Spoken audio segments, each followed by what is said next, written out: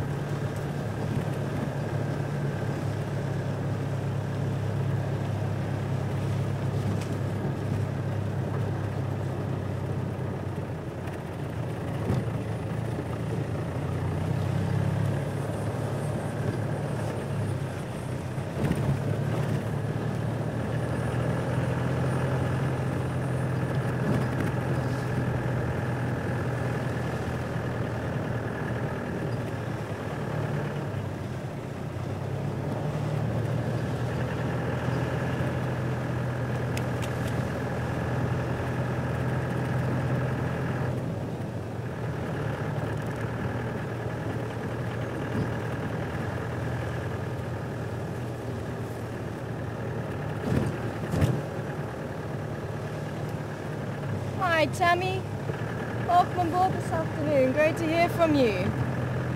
And it was a comb duck, C-O-M-B, comb duck.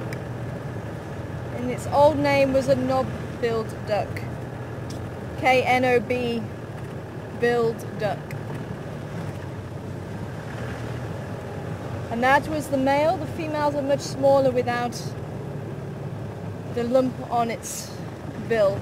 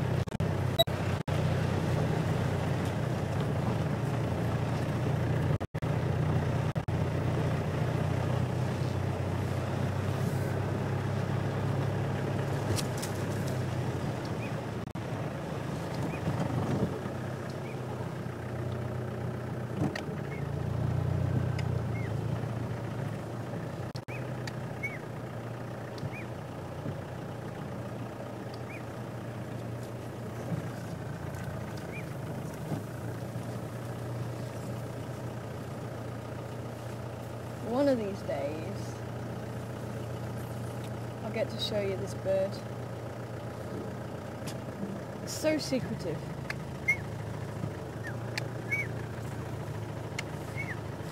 I can't do it that fast. You've been practicing, Herman. No, I'm just good.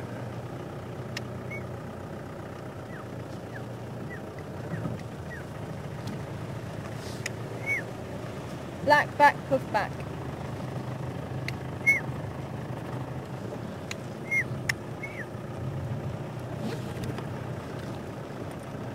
Hello, mister. I was hoping to find some elephants here, but they may have come out down the bottom. It wasn't too far away. It was in this block that I saw them, but on the other side. So I might do a quick route around that side. He has moved on now. I'll stop and say a quick hello to Humgo.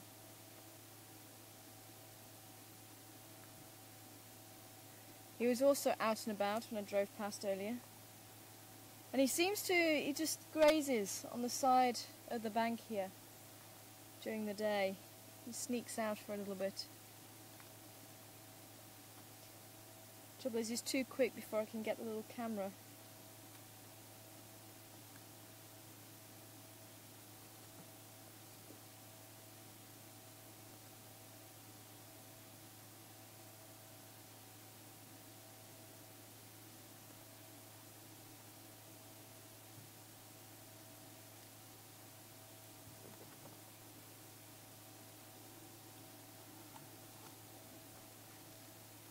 Because generally this time of year hippos will leave the water to go and graze at night.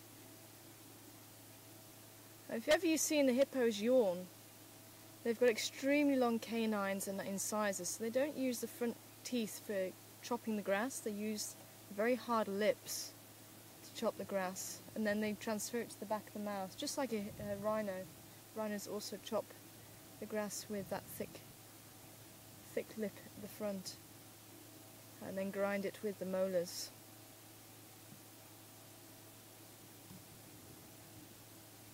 There we go.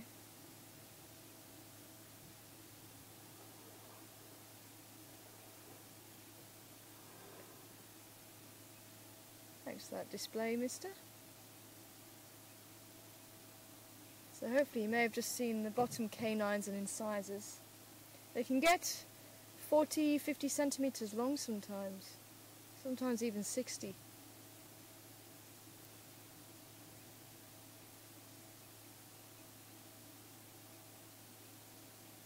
It's quite an old hippo, so he could have lost some of his teeth because of old age. He could have possibly lost them in a fight. The others seem to be much smaller, so they could have worn down through fighting. The males do use their teeth for fighting. They can get quite deep scars on the side of their bodies because of it.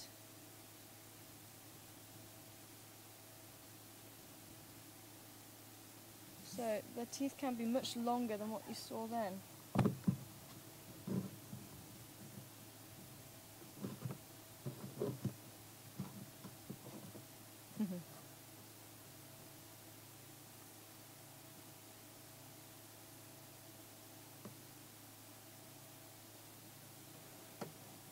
Hoping he was going to surface again, but this is the bird that's calling. This is the one down here. These two here. This is the female.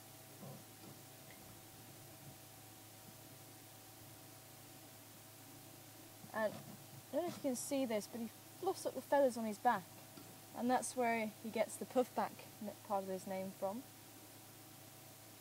And the Afrikaans, sneeuwbal. Is that right? Sneeuwbal. Sneeuwbal. Snowball.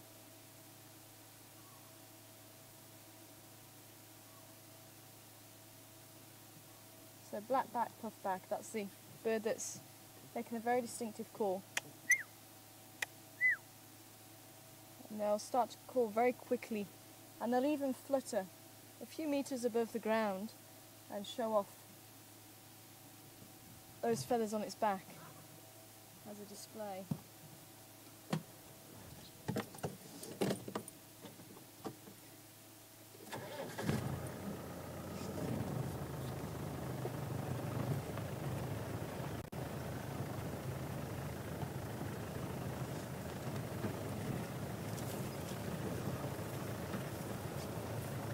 I think he's quite happy having his solitude.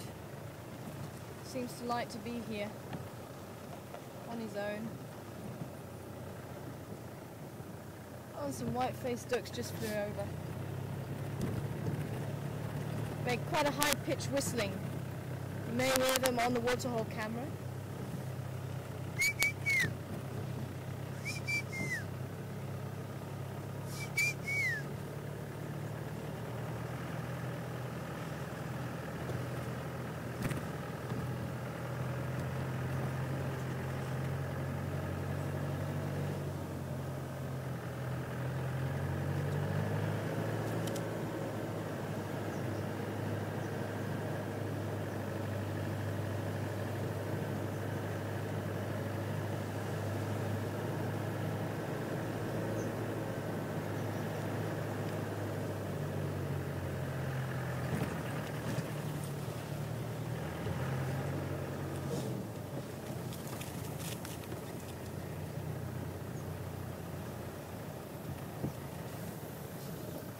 Whose tracks we got here? Rhino tracks. Going that way. Swerving on the road again.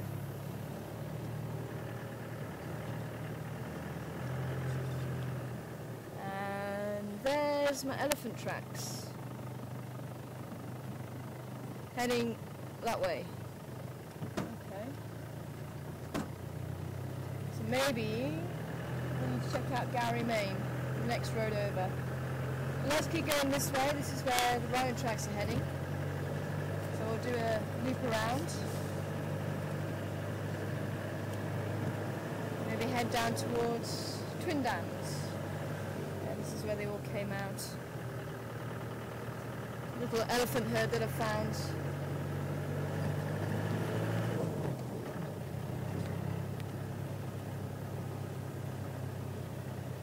There was a mother and two calves from what I could see. They were using the mud to cover themselves with.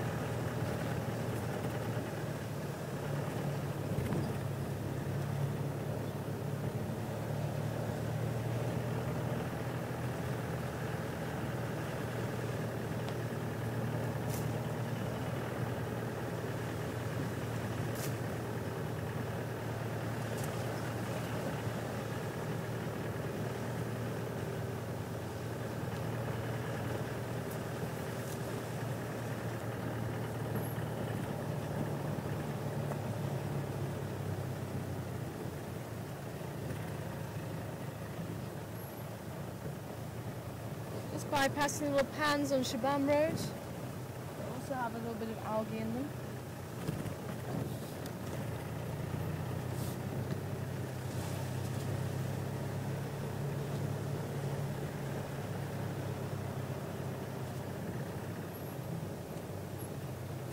And I think our rhino's crossed over. Yeah, there's the tracks.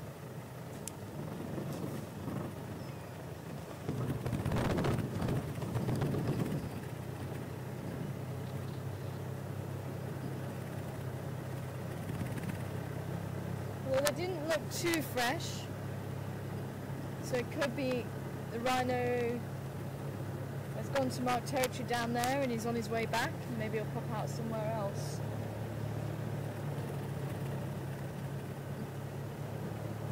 I'd love to catch up with some rhino this afternoon. It's been a while since I've seen them.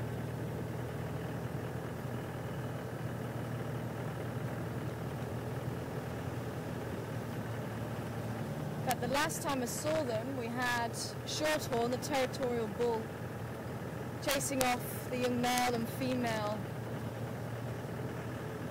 Actually, I don't think that male's too young. You can He's certainly got quite a short horn. The male with the young female, and he was gently persuading them, should I say, rather than chasing them, to leave his territory. And the thing is, because the little male was not aggressive, but he wasn't showing maybe respect to the bull, he wasn't showing submissiveness. Because territorial bulls can be quite relaxed with other young bulls as long as they are submissive.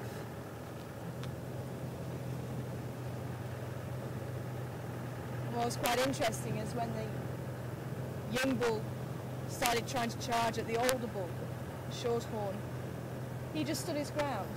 The younger bull was trying to intimidate him, and he just basically said, "Is that all you've got?" Yeah, it was quite amazing to watch. He took it all in his stride. He was not fazed by it at all. And he wasn't being aggressive towards him, he was just following behind them. And I think that episode is carried on for at least 3 weeks or so. Maybe even longer, actually. It's just before I left to go home in December. That's when we had the same situation. Shorthorn gently pushing the younger bull out. So he hasn't taken the hint.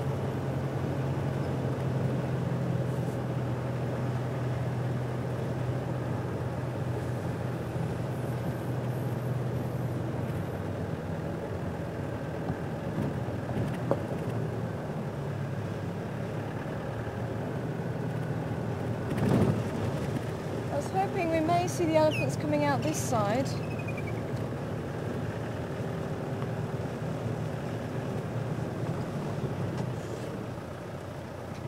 Maybe.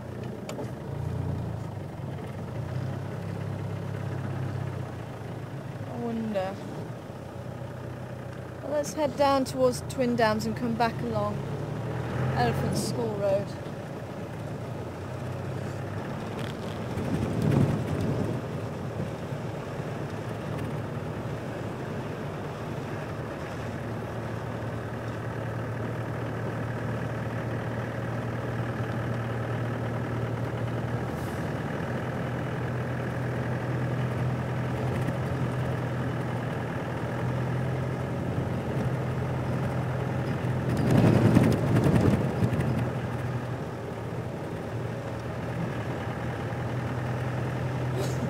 Bless you.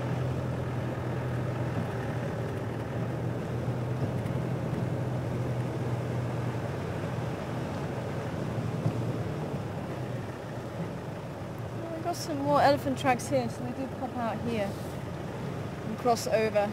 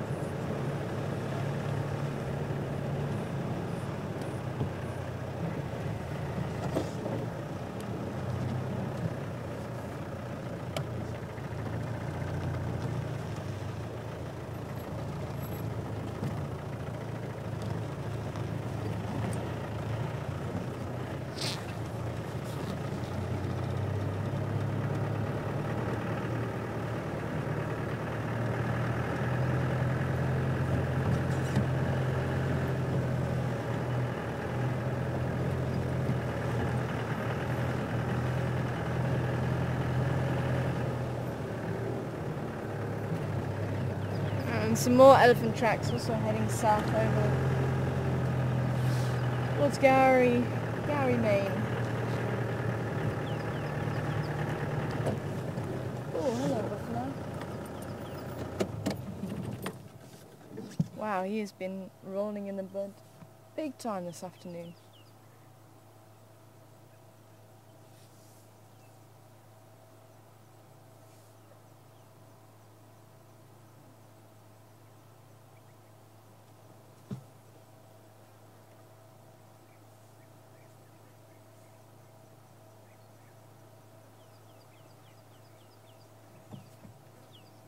I think he's managed to cover every part of his body with the mud.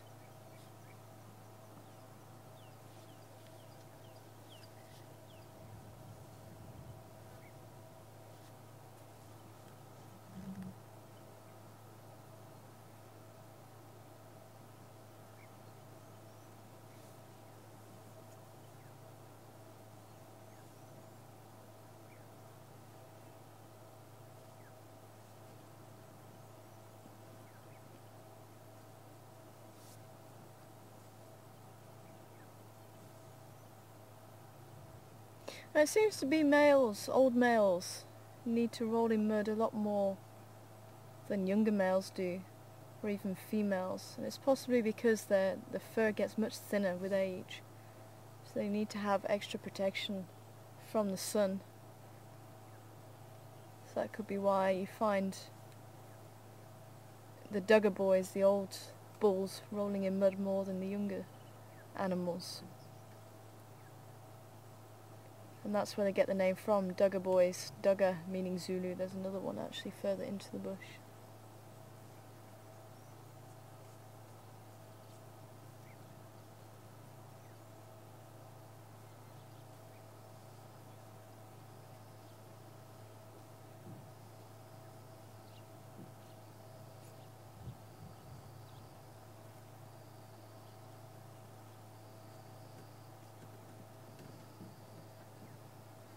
It's been quite a while since we've seen a very large herd of buffalo come through. This time of year the females may split apart from the bigger herds. Just like elephants do, the elephants tend to split apart from the big herds, and the smaller family units tend to go in search of food away from the main herd.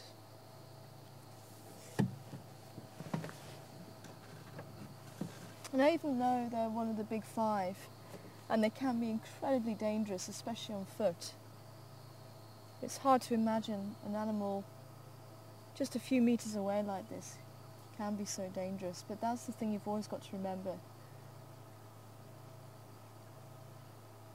And as long as you respect them and you don't encroach on their personal space, then there's no reason for them to attack you or to be aggressive towards you. And you can see this buffalo is slowly moving towards us. It's up to him. It's on his terms to come to us. He's quite happy. He knows that we're not going to be a threat. He's busy feeding, which means that he's relaxed with us being here and our presence here.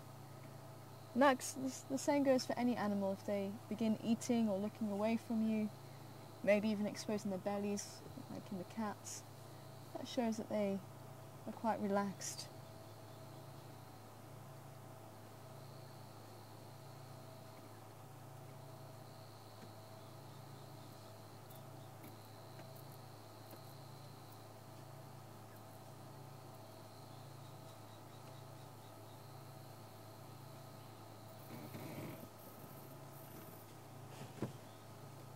I can't see any sign of any more elephants. I think they all must have crossed over from looking at the tracks.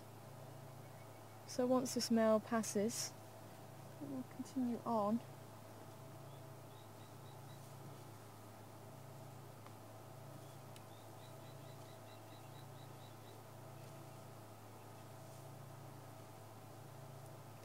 But this male's probably about 800 kilos. I have seen some buffalo bulls looking much larger and looking like small rhinos.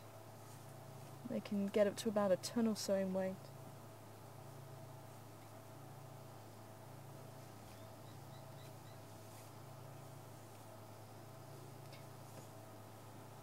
And these single bulls on their own tend to be more dangerous than the females in the herd. The females in the herd have that herding instinct. If one runs, they all run. Whereas the older bulls, they tend to be on their own, they tend to be much older. And they do tend to be a little bit more bad-tempered in nature.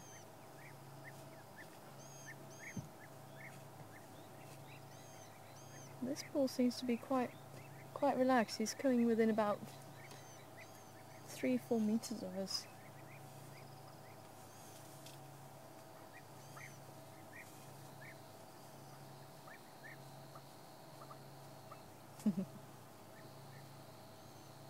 He's gone off to join his friend now. He's gone that side of the bush, so I think he's joining him.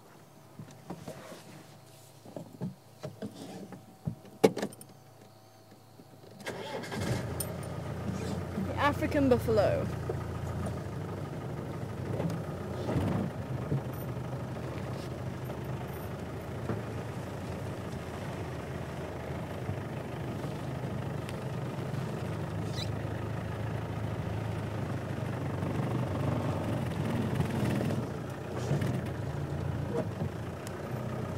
Maybe some more still lying down. Oh, there is some more. Have a quick look at them before we move on, I suppose. Quite nice to see them.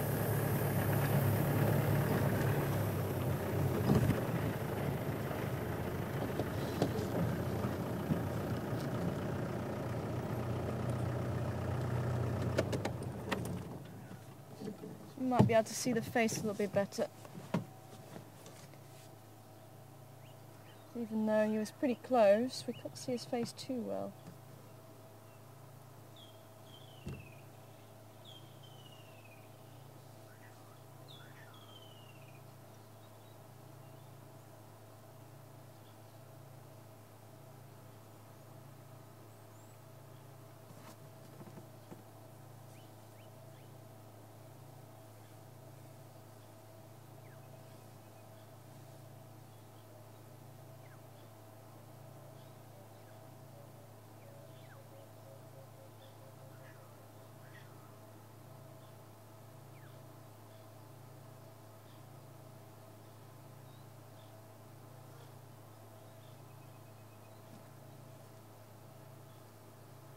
And they're busy ruminating now, chewing the cud,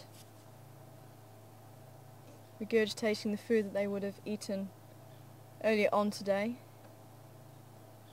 And while they're able to relax and cool off, they can start the digestive process by mixing around with all the saliva and the bacteria from the rumen, all those larger pieces of vegetation that they're not going to be able to digest without this process. You can see it's quite frothy in his mouth now. He's chewing it down, make it a soup kind of consistency before he swallows it. And it goes through the normal digestive process.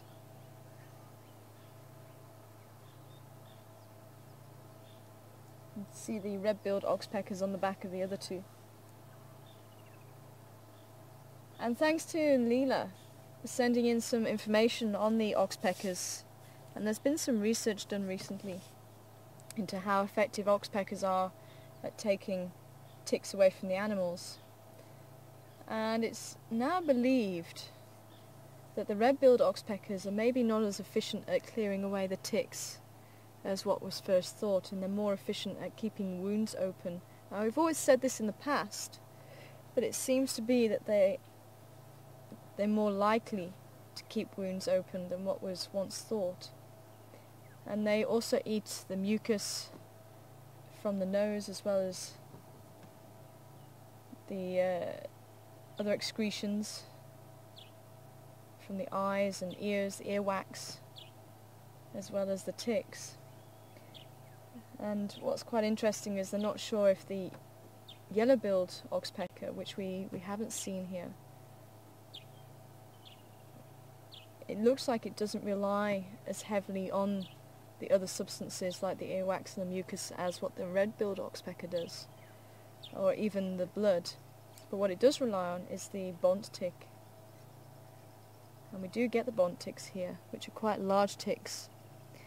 And that could be the difference, or the reason for the difference in size in the bills. The yellow-billed oxpecker has a much broader bill than the red-billed oxpecker.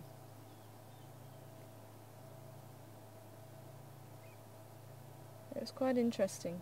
So thanks for that, Leela, if you're watching.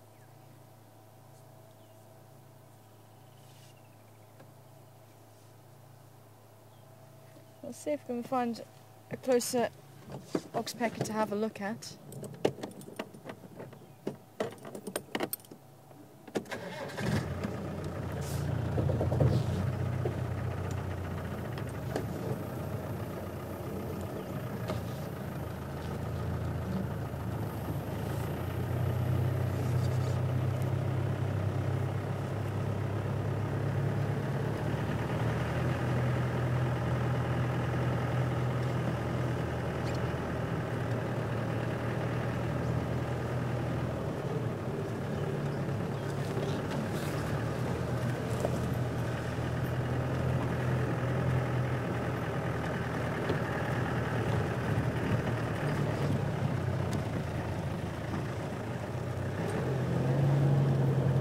Female Impala around.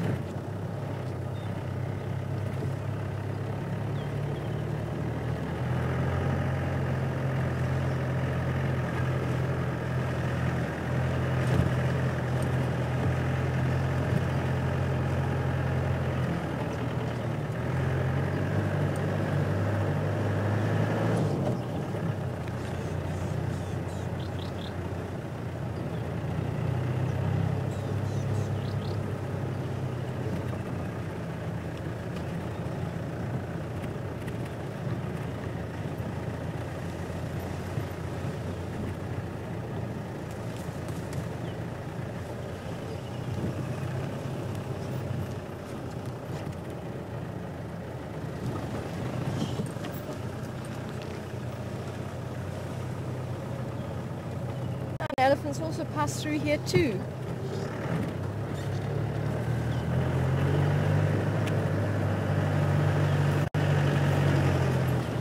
Now I am sure I have already moved this tree from the road before. I could be wrong.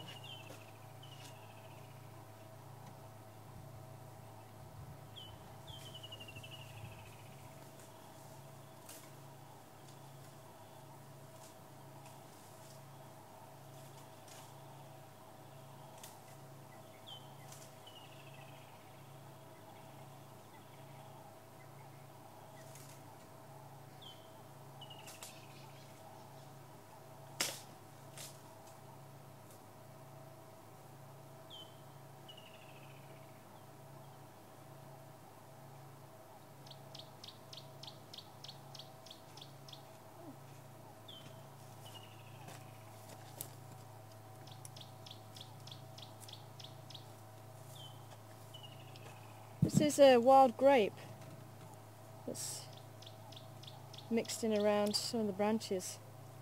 See quite a nice sized leaf.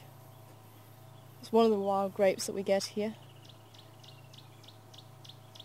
And I'm just trying to remember the Latin name of this one. I think it's Rhoicus edulis, I think. I'll just have to check that one though. Quite a beautiful leaf. Have you got it there? They don't get too much bigger, maybe about that sort of size. But it was wrapped around one of the branches here that the elephants took apart. I think the elephants have actually moved this branch out the way, and I think they're actually using that game trail, and that branch was in the way, and that's possibly why it was out in the road again. But I definitely have moved that branch before.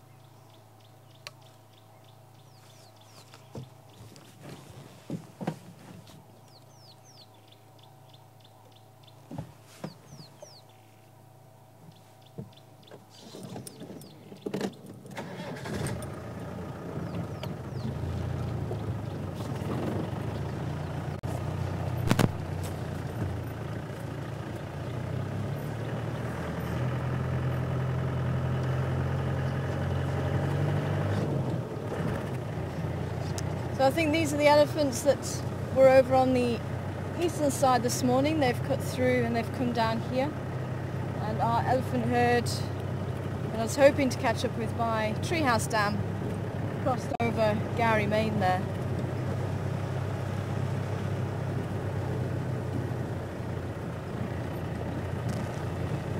Could even be family units from the same herd, that maybe she split away and she's now finding her way back to the main herd.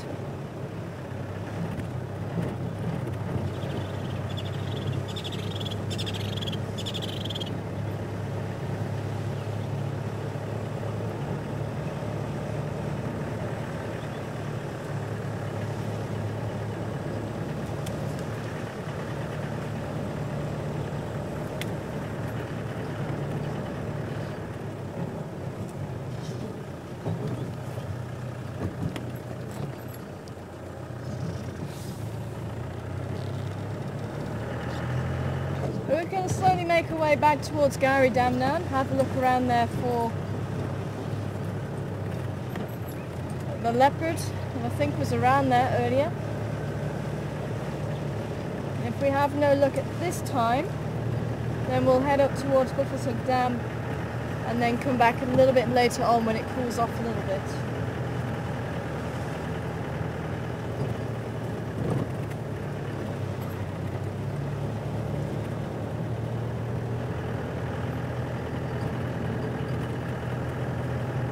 I also want to have a look around there because I'm sure I heard the baboons calling. So it'd be quite nice to try and catch up with them, as I said earlier.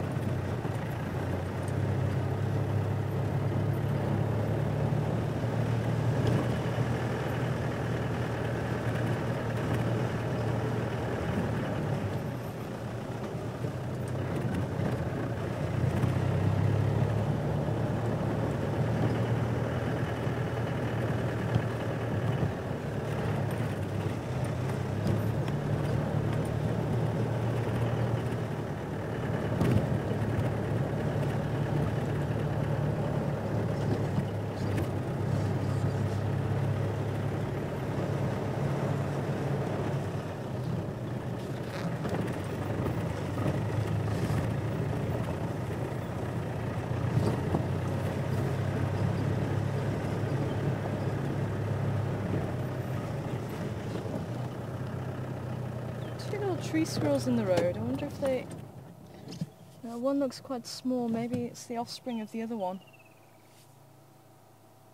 Could be looking for insects in the elephant dung there.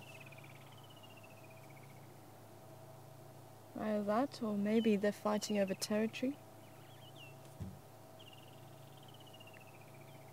One does look smaller than the other, so I think they are related.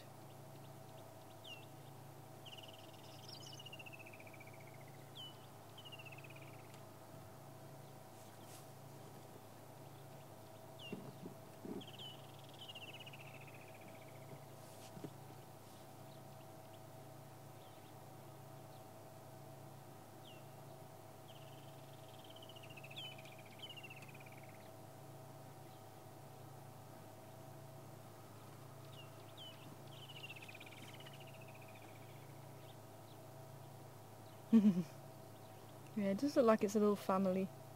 Another one just popped out the woodworks there.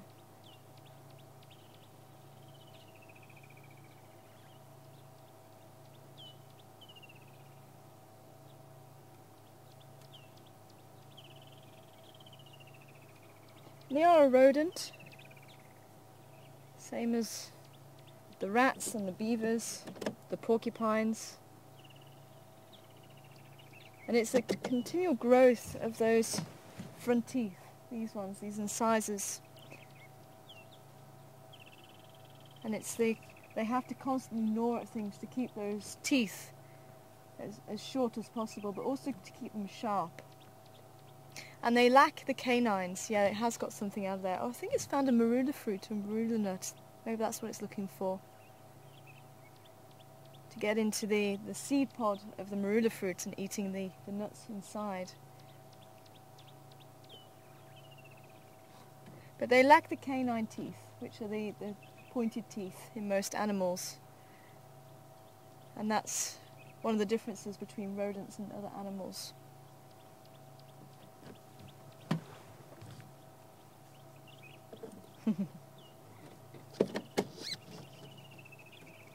Enjoying those marula seeds. And I must admit, I've never eaten a marula seed. I'm quite looking forward to tasting them.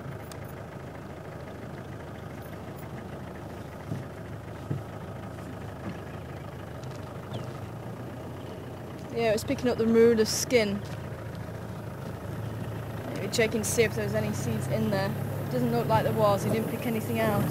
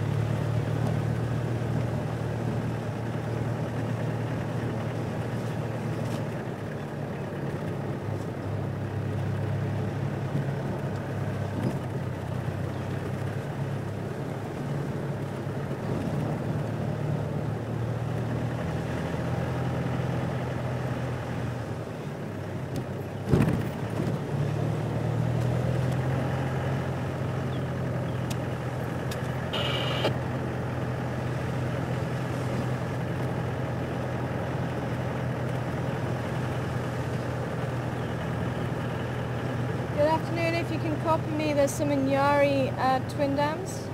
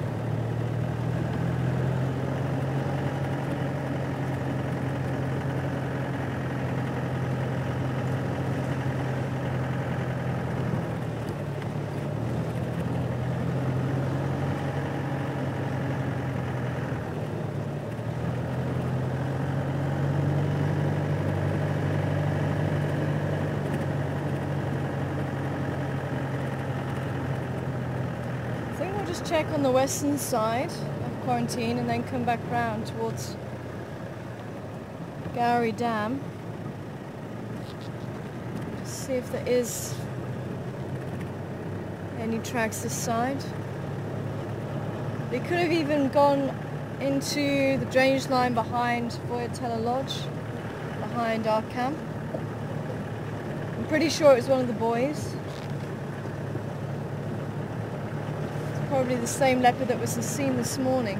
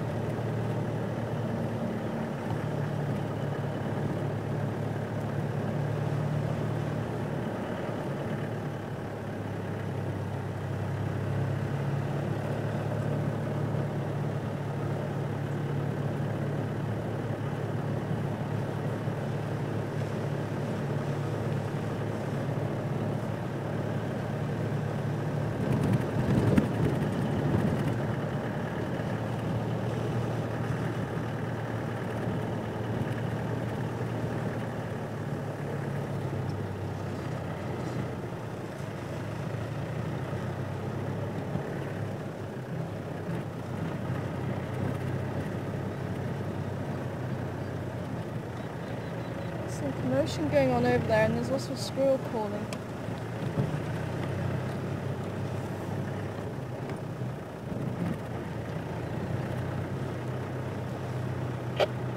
Afternoon, mobile. Afternoon, for I'm just leaving now. I will just check in Jam Road. We did Yankawa coloring like 1, 2, 3. And Mala, south of Gary Dam, so I just want to check. Okay, thanks. Check. The plane open, green corner. Going to the government. Good afternoon, mobile station. Good afternoon, stations. I've checked Treehouse Dam and Twin Dams. There's just some in Yari at Twin Dams at the moment. Thank you. Nothing to pick up with us. Lutu, just in Yari. I wanted to come down to Gowrie Dam once you guys are out on drive. I'll come and give you a hand there to find some impulses of the Ingwe.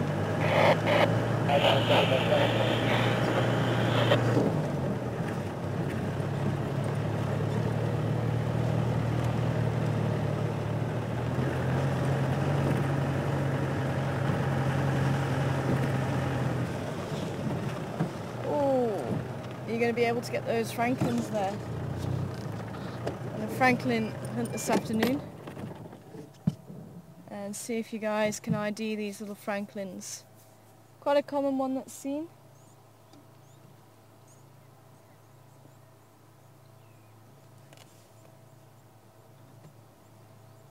As he moves off into the bush, I still want to go and check out. I can hear the squirrel calling still. So just a quick one.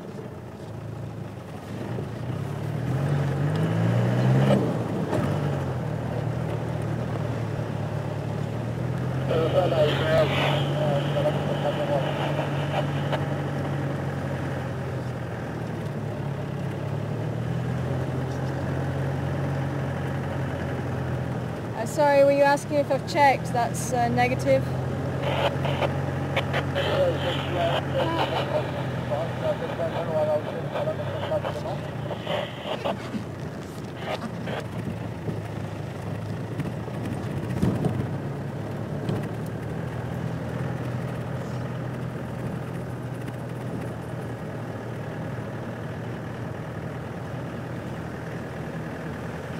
So the easiest way to try and ID Francolins quickly is to check the beak, the head and the legs, the colour of each.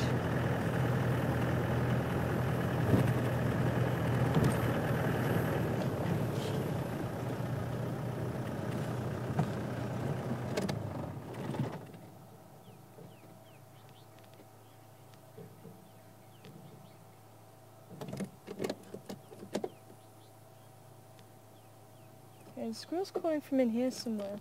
It's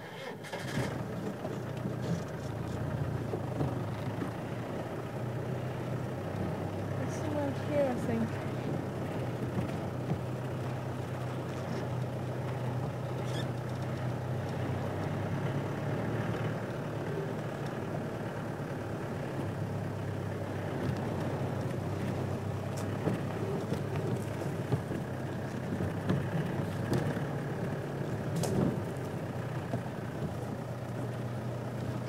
I heard the Francolins further down. There was another squirrel calling further down here too. Oh, there is a big bird of prey, so maybe that's what it was. See the bird of prey flying over now.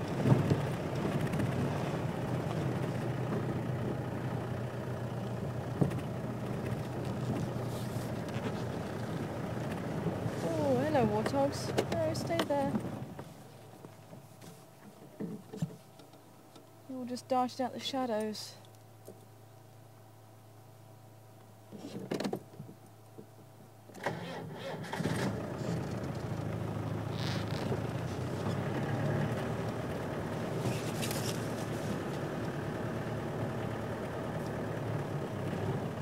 Yep, the calling has stopped and the bird has flown away. So I think it was the bird of prey this time that they were calling about.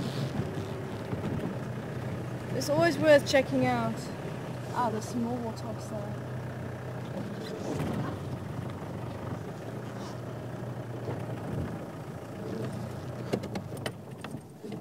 And I think this could possibly be the female who we saw for quite a while, with the two piglets that are now extremely large.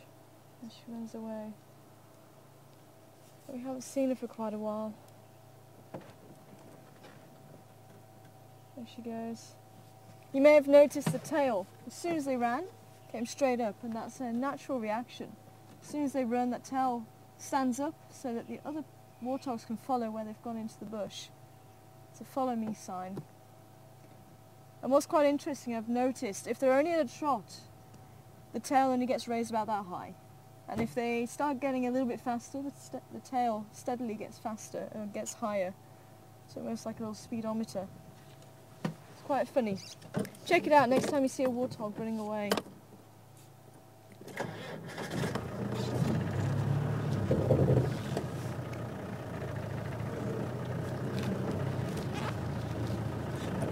I think Pumba is Swahili, I think, for warthog.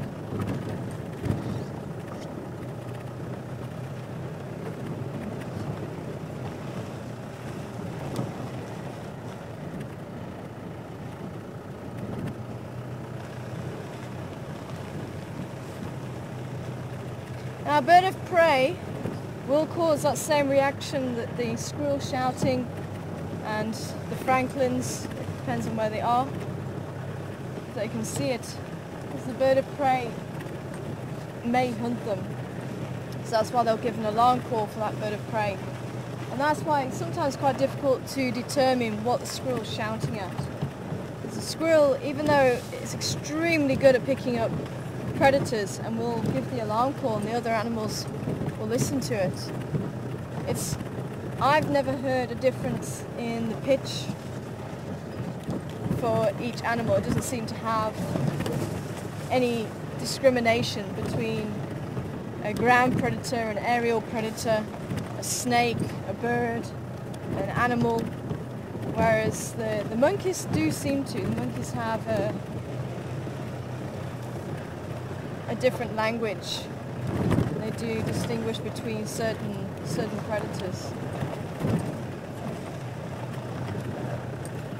but not the squirrels.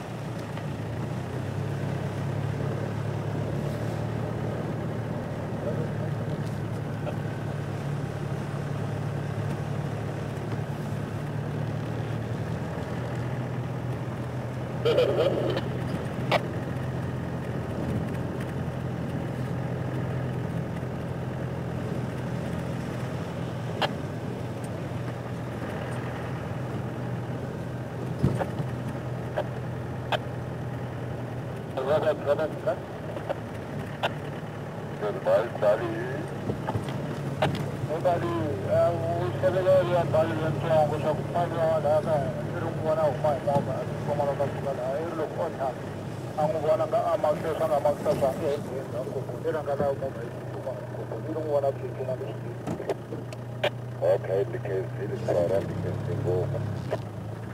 So, buddy.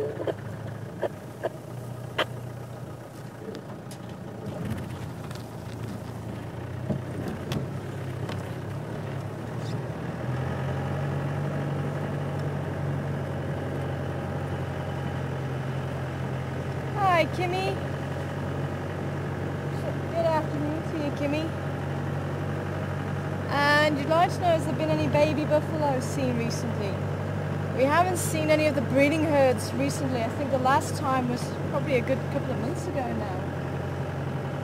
So there may have been, Kimmy, but we haven't had a chance to see them yet. Now this female is quite far from the rest of the herd. The rest of the herd are just to the left here. And this female is on her own, and I wonder if it's the same female as this morning. And I wonder if she did lose her baby and she's still looking for it. Could well be.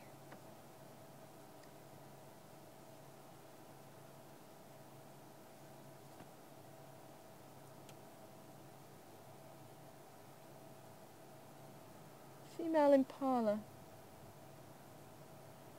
And she can see the herd, she knows the herd's there. And it was almost as if she lost the herd this morning and she was running to keep up with them.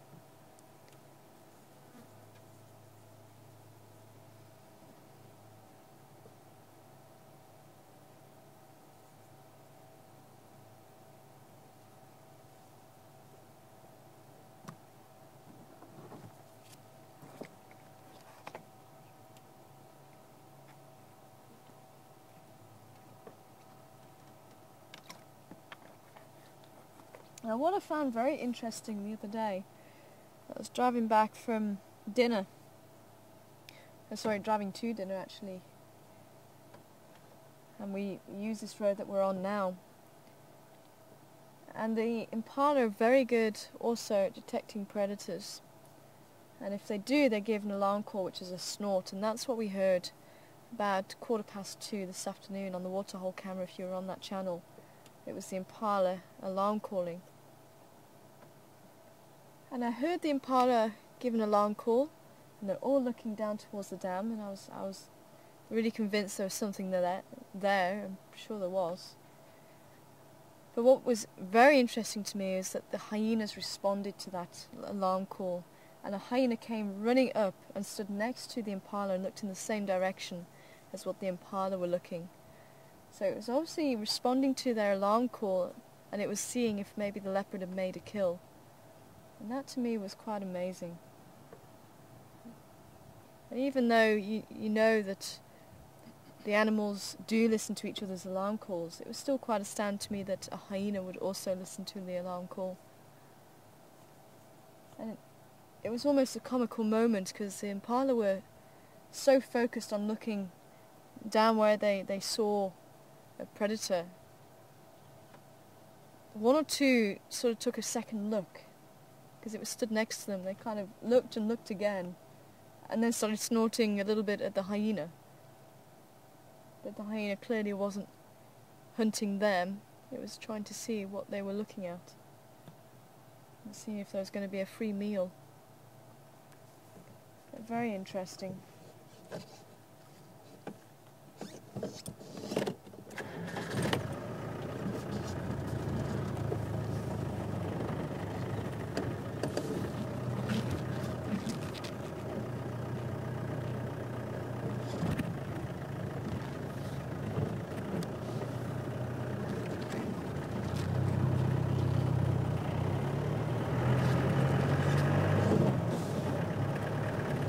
the Impala's still a little bit jumpy.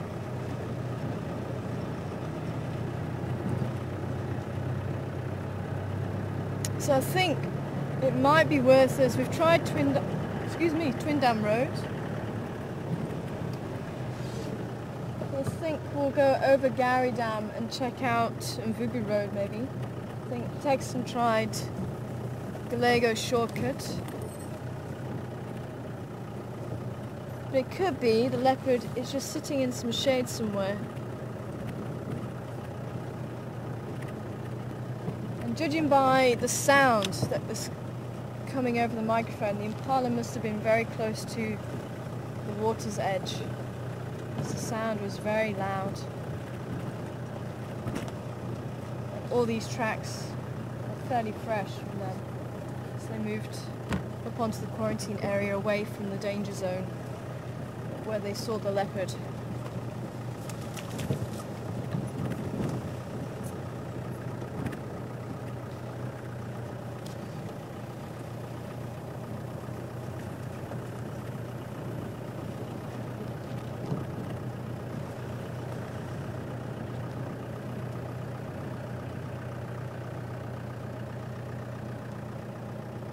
Hi Laurie.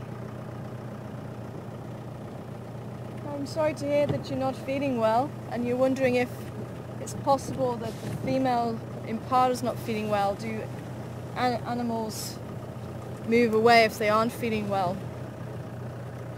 And not to my knowledge, they may fall behind the herd because they're not as fit and they can't keep up with the herd, but as far as I know they don't actually move away on purpose. As I say, I think she is still looking for her lamb, quite possibly. I think that's what happened last night or early this morning. I think that's what was hunted this morning and she's trying to find it.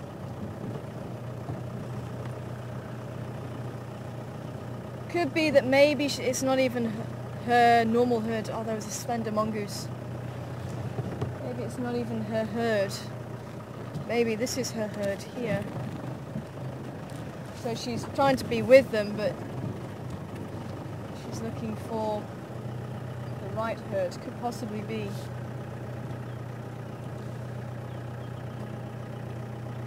There's a few Impala here. See?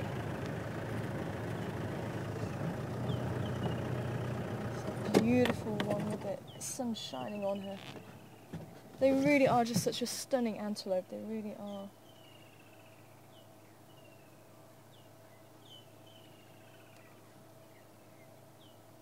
And that is the ones that leopards and other predators will quite often single out because they're not going to put up as much of a fight or a struggle. So they single out the young, the old, the injured, the sick.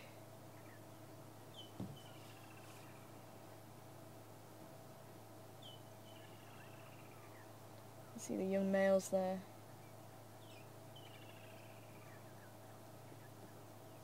It's probably come up for about 2 years old, that one.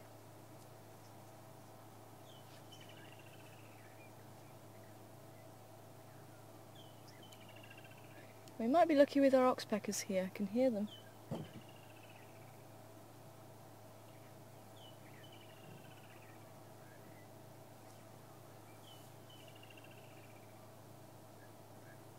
See, their coats are beautiful and shiny at the moment.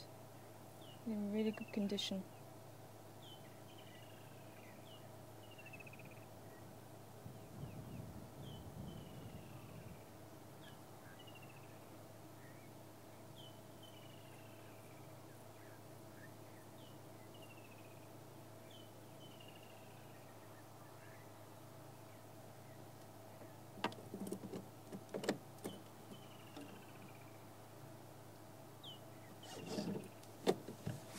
It all seems well now. I'm pretty convinced.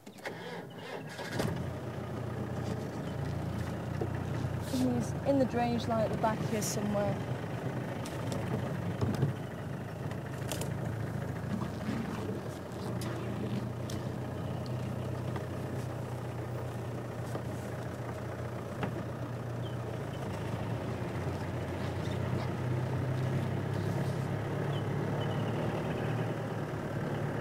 and have a quick look for the croc as we go by. I do hope he does stick around. It'd be nice to have a crocodile. I don't know if Sapiwe's seen it yet. And I must admit, that day I saw it, I really wasn't expecting to see it. I thought it had moved on.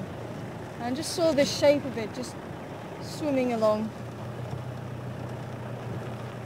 The next thing I know, I realised it's actually going towards the buffalo that's sitting on the bank and in the water. But even a crocodile of about 3 meters, I don't think is really strong enough to pull down a buffalo that size. But it does look like our Egyptian goose family may have lost some members.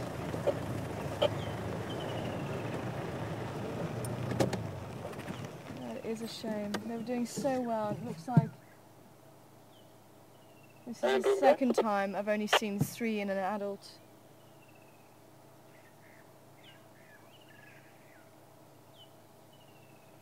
After they're doing so well, maybe the crocodile had them.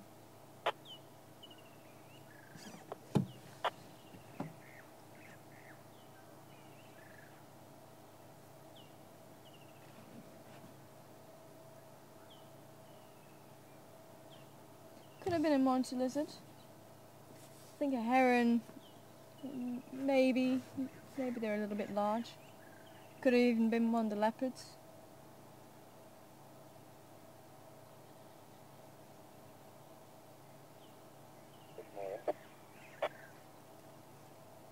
Good afternoon. How are you doing? Very well, thank you. How are you? I'm lost without my troop.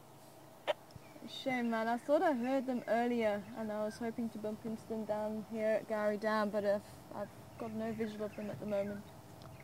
Okay, they sound like they're kind of left out. And we heard the Impala calling and it sounded like there was some of the troop calling as well. Like a groovy old stretching around. If you find them, why don't you give me a shout, please? I will do for sure. I'm also on the lookout for them this afternoon. Excellent, nice. I always am. Cool, I'll speak to you later.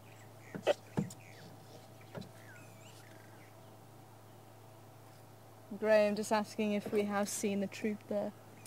And if we do have any new viewers, Graham has been studying the baboons for probably going on for about 7 years closely, but I think he's actually followed them for maybe a bit longer than that, off and on.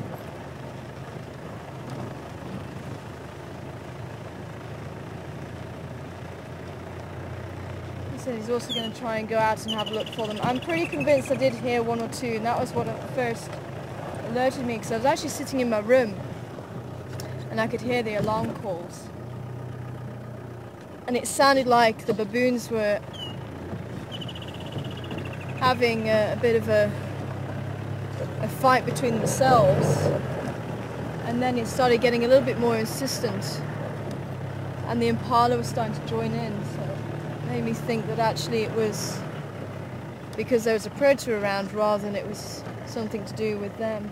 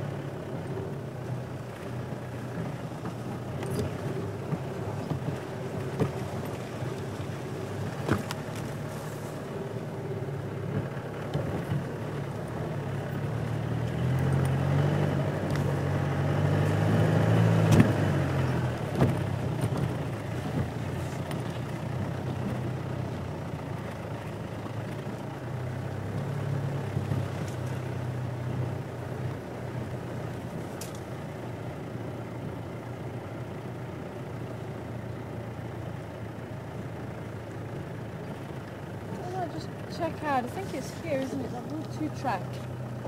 And there's a termite mound the boys used to sit on quite a lot. Go and just have a quick look there. Thank you.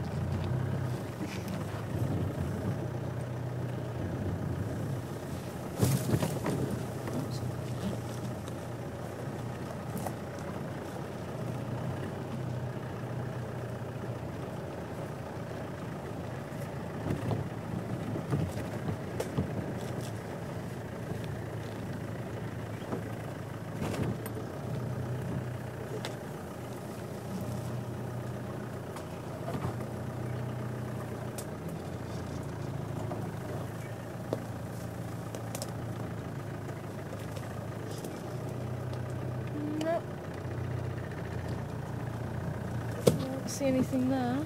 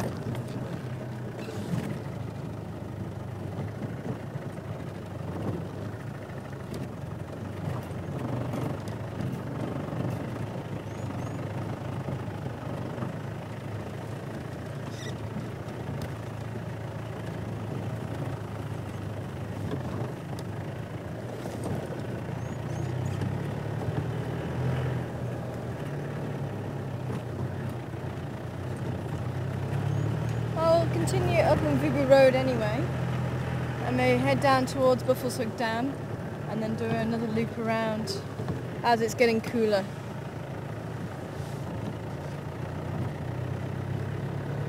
But I think the Impala are going to be on very high alert this afternoon, so you may not even bother going through to quarantine area.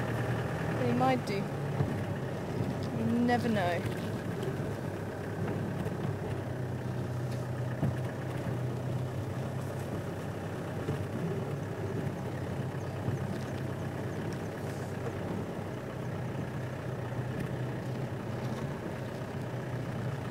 Take the little 2-track down to the rooms. Another Francolin in the road. I don't think anybody's come through with an idea of the other ones, but you might be able to see this one a little bit better. It's the same one as before. And check the bill and the legs and the head. So you've got a grey bill, dark cap to the head and orange legs. So if anybody wants to have a go at trying to ID it, then send your answers through.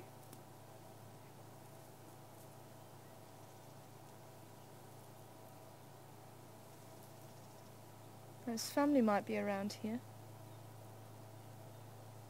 And this particular Francolin tends to call in a duet, call antiphonal duetting, when two birds call at the same time, usually male and female, and it sounds like one bird.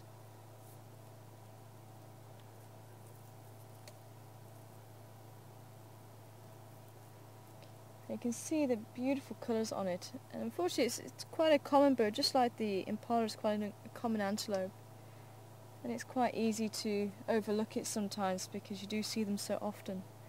They are a beautiful bird.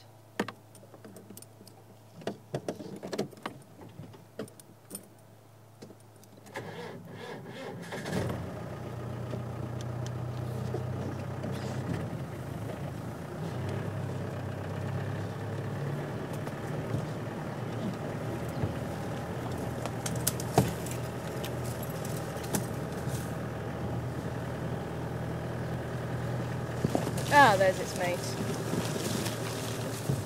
Well, she couldn't be too far.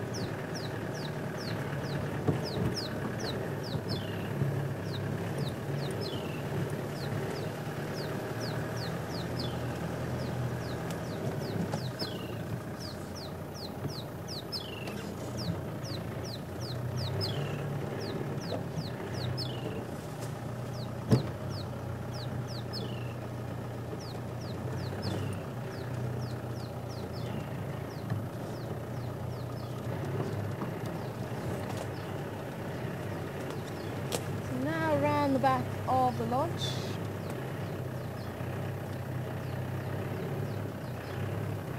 Which is where I think this leopard went. I could be wrong.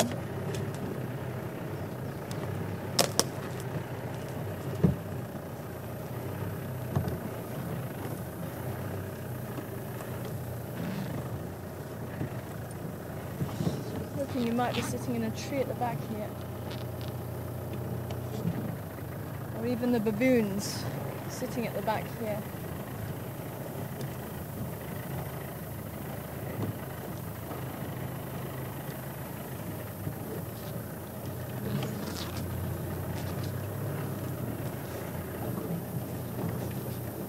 Thanks, Brenda, you're the first one and you've got it right, thank you.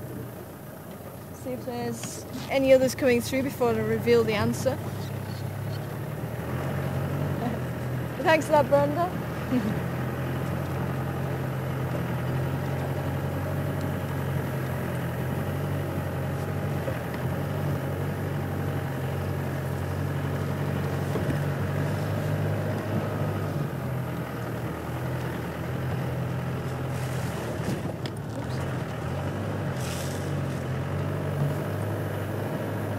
It's about a medium-sized Francolin that we get here.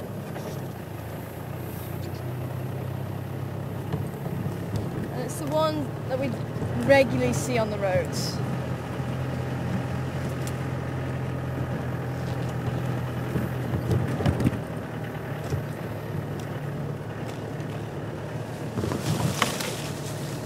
But the easiest way to ID birds, once you know what it is, oh, there's a buffalo. Once you know what it is, so we know this is a Francolin. We can see that it's a Francolin. There's the buffalo. Making his getaway. Camera shy. Oh, you beautiful boy. The spread on his horns is stunning.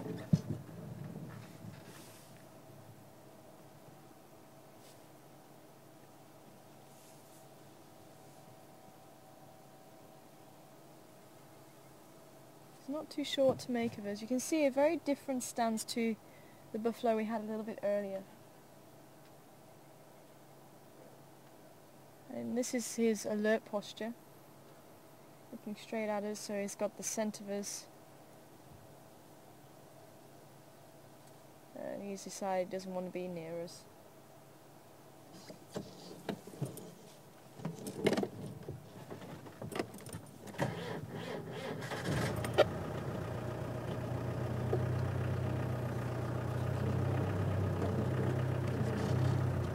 Shelley, nice try.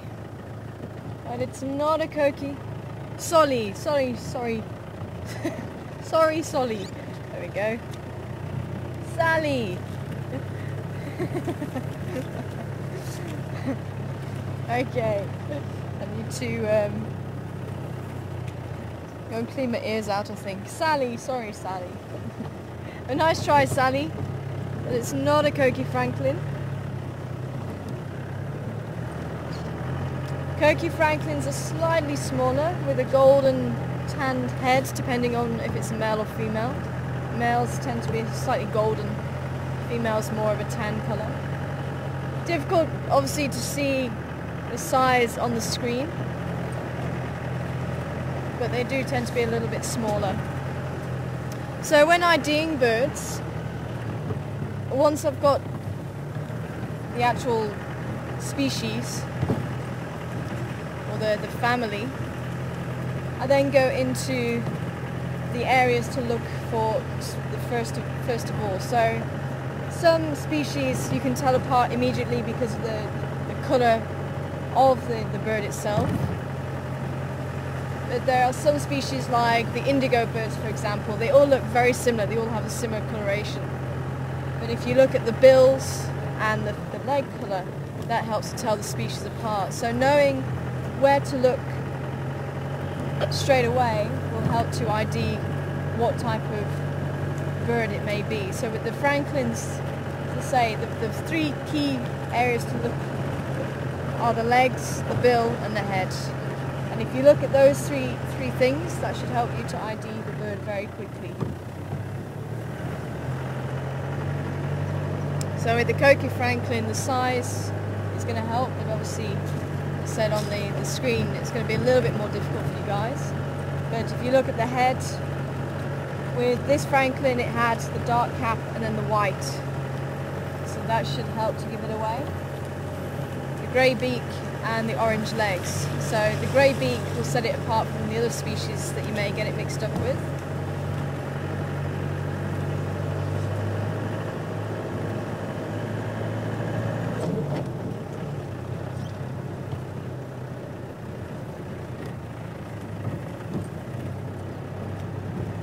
But thanks to the guest there, Sally.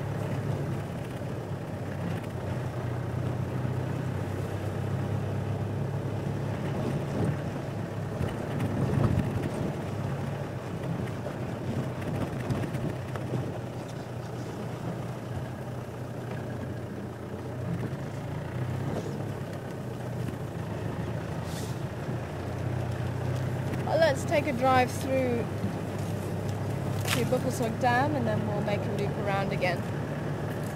I think that is a plan. Doesn't sound like anyone else has thrown anything up just yet.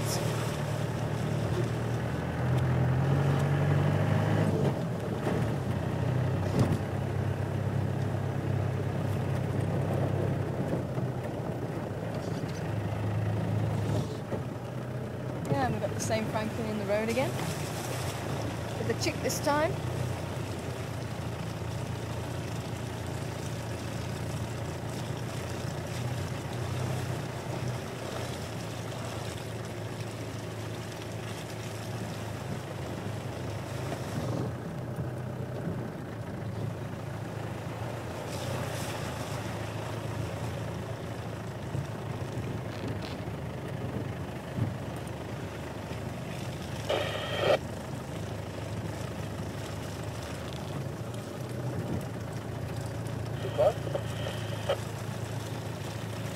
Thanks, Tammy. Well done. You've also got it right. It is a crested Francolin. So the black cap will help to ID this one. The tail Francolin, remember, have the red bill or orange bill and the orange legs.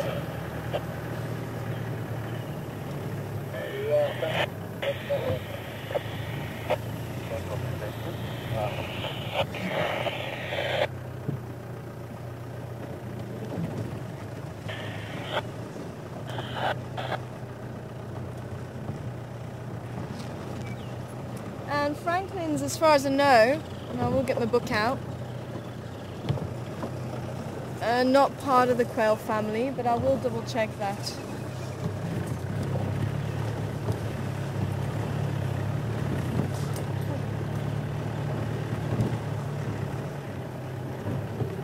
we're here at Tamborti Dam on Buffelshoek Line.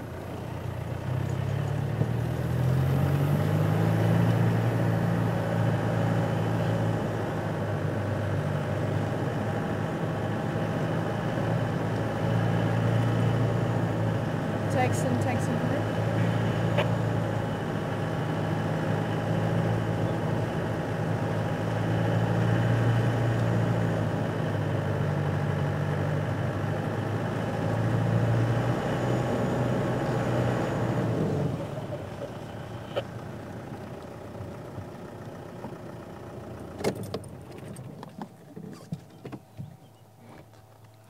See.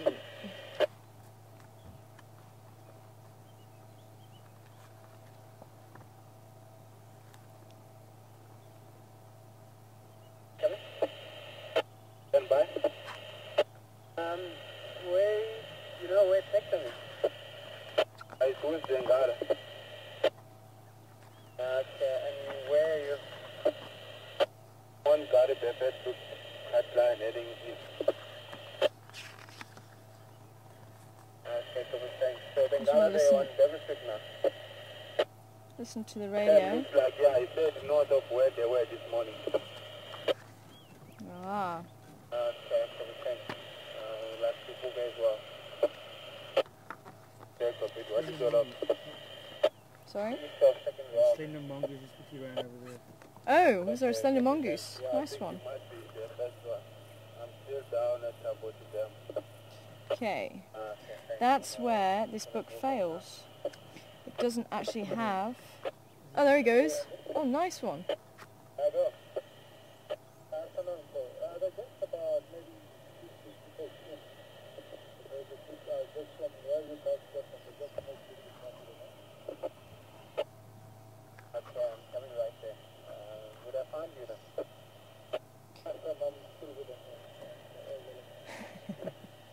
Is he going to make a third attempt to cross the road?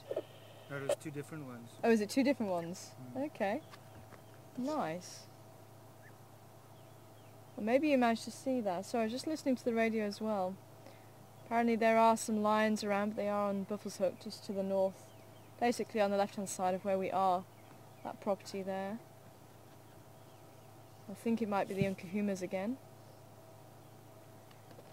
But unfortunately, this book doesn't help me out. From what I can remember, they're not the same families or closely related, but I could be wrong.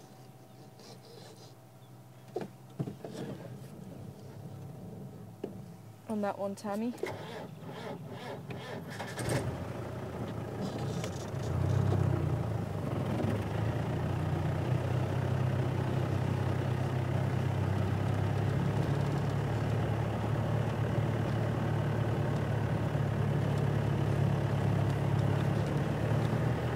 Usually they list them.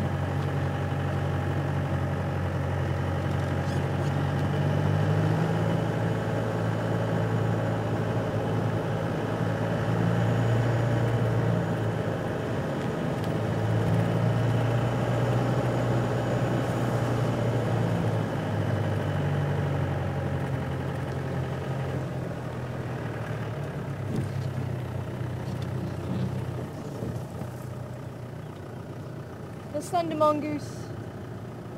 Good afternoon. Hello, how are you? Hello. Good, thank you. Did you find anything? On that side? Unkahumas? Was it the Unkahumas? Okay, nice. You saw giraffes? Oh, no giraffes. Oh, okay. Alrighty, enjoy.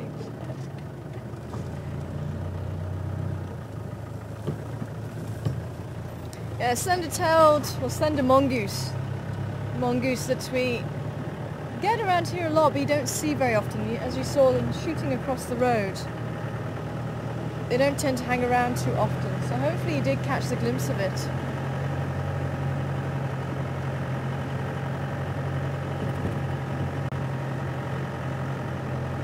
Probably about twice as long as the dwarf mongoose that we see. Tail about the same length as body.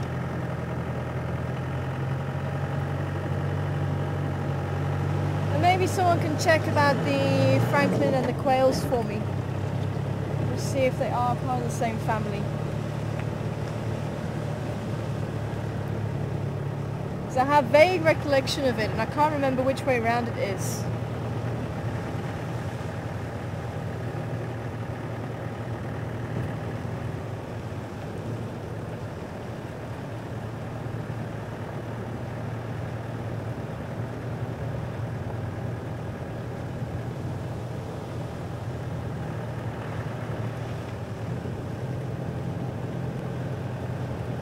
So Henry just saying that there was the young Kahuma Pride on Buffelshoek. And we're on the northernmost boundary if we do have any new viewers. We were on the southernmost boundary before, that other long straight road we were on, Gowrie Main, and this is Buffelshoek Line.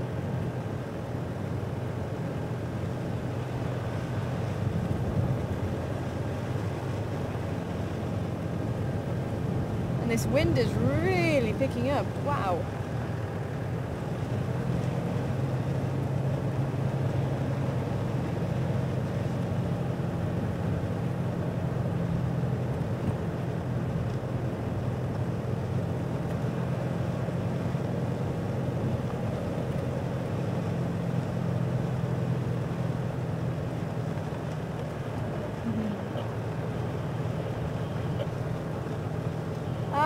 Okay.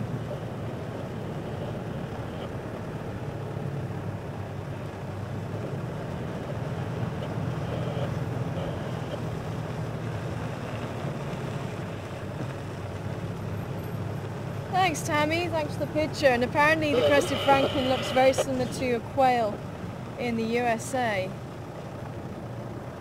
And that's why you're asking. I'm sure I've been asked that before. As I say, I can't remember which way round it was, if they were or not.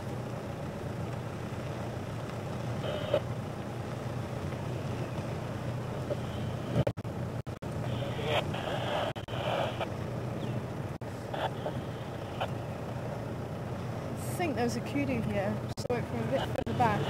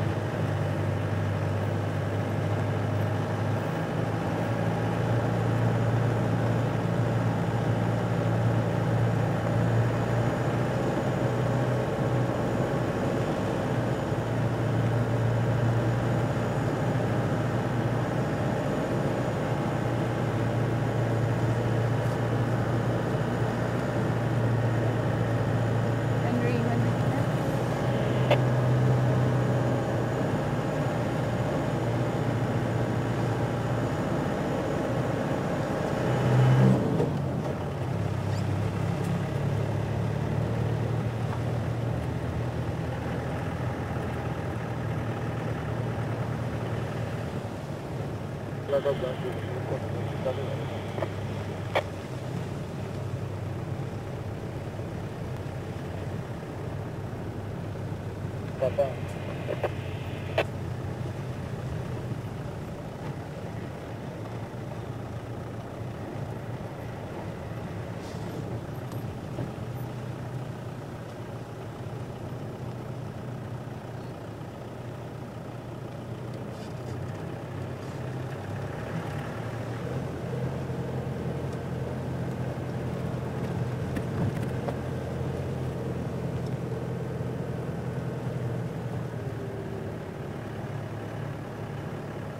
I'm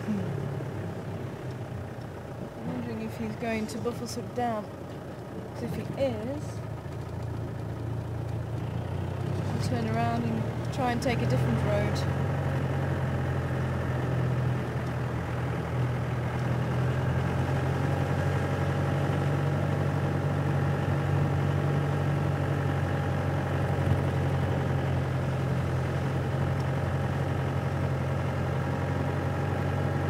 Thanks, Penny. Penny's saying they used to be part of the same family, but now a lot of the Francolins are now a lot of the Francolins have been renamed spurfowls. Apparently, I'm hearing that they still are. Thanks, Penny. So thanks for that. So there you go, Tammy. They are part of the same family. I will have to remember that one.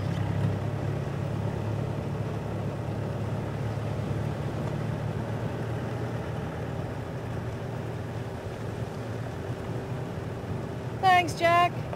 Great to hear from you. Also saying they're part of the same family. So my brain did get a little bit fuzzy there. I remember being asked, and I remember it being one way or the other, but I couldn't remember which way round. Obviously it was a 50-50 chance. Hopefully I'll remember it this time.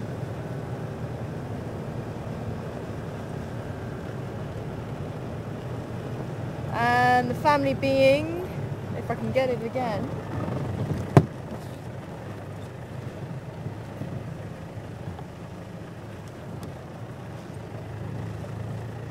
it just popped out my head. Bayesiana Day, thank you very much. Bayesiana Day.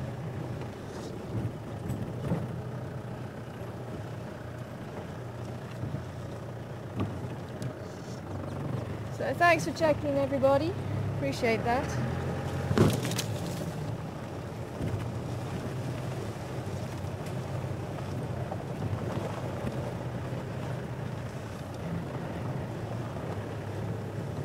And thanks, Janet, also sending through information about that.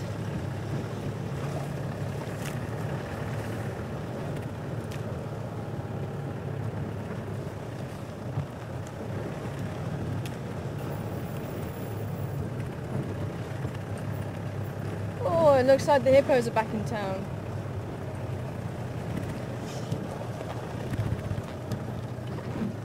They're missing a little while from Buffelshoek Dam.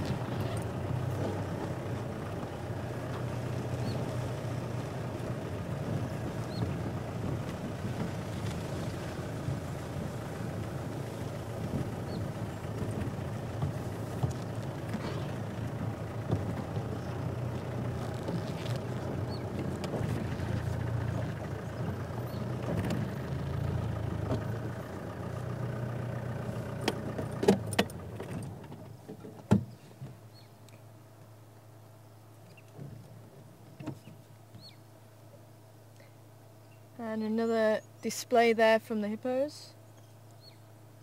Now the whole point to the yawning is to display those teeth. Oh, it looks like they're having a bit of a tiff between two of them. Maybe just pan to the left, the other one, there you go, between those two.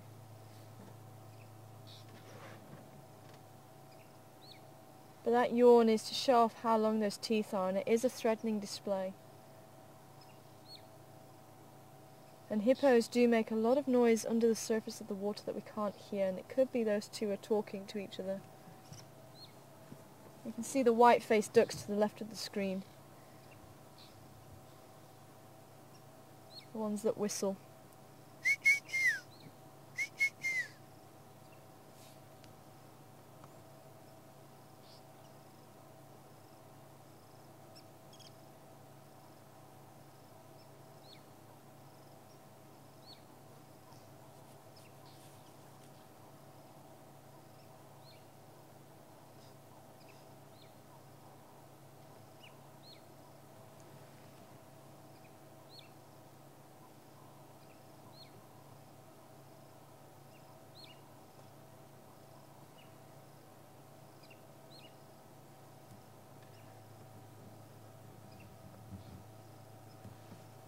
All seems very quiet again.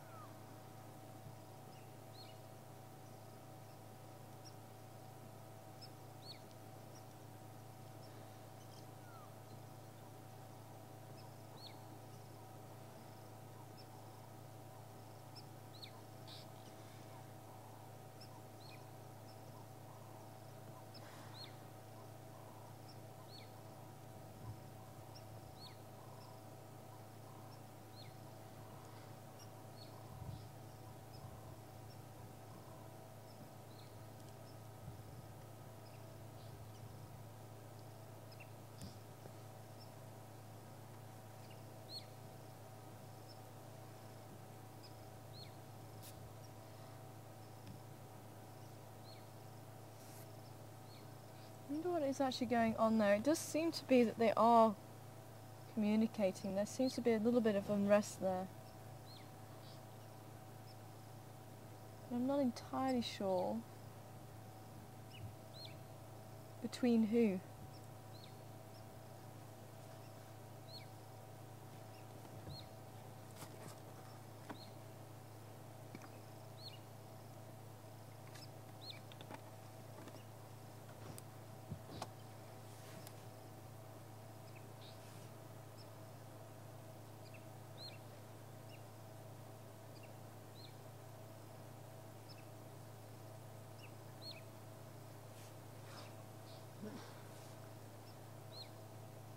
Thought we were going to get a sound then. The sound that we can hear is a very deep kind of sound, although it's much deeper than that. But that is the one that we can hear, and it can carry for quite a few kilometres.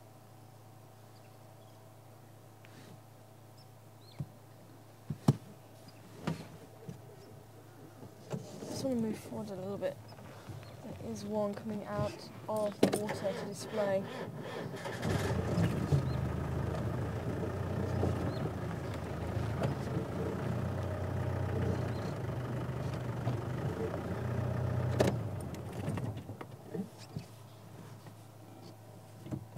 You see, raising the body out of the water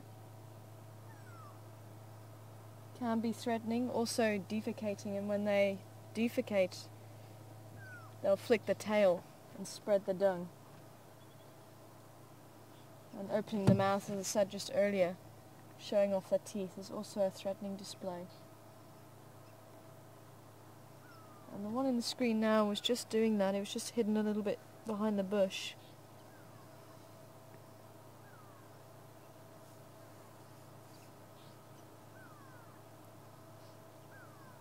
It is difficult to say what it's really about.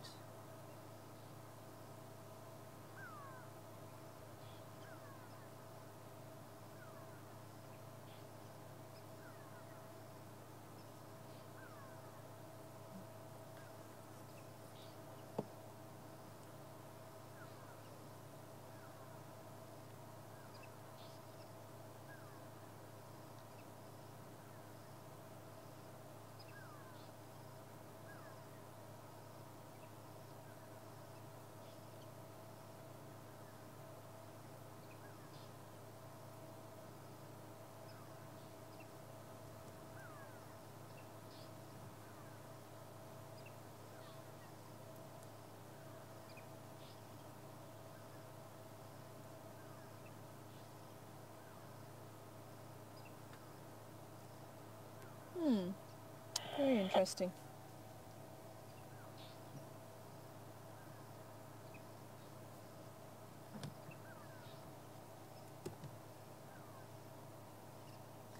I'm not too sure they're going to resolve the dispute.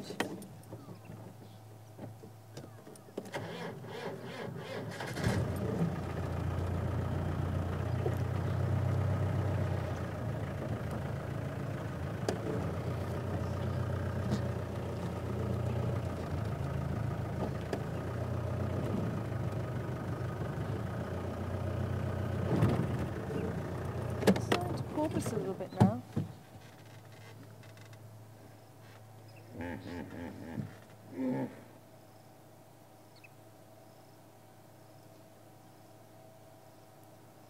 Quite glad that you actually managed to hear the sound rather than my bad impression.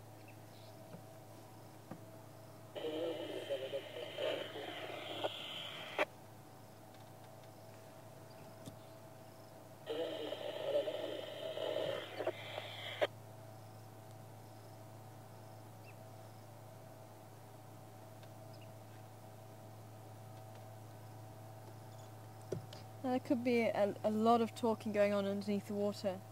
There could be clicks and croaks and whining.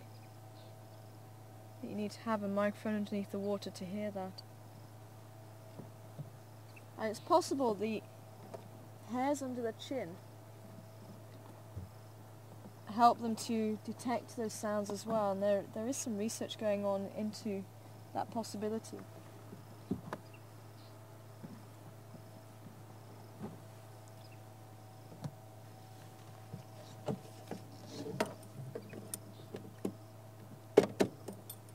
I think it's just going to be vocal for now. I don't think they're going to do anything about it by the looks of it.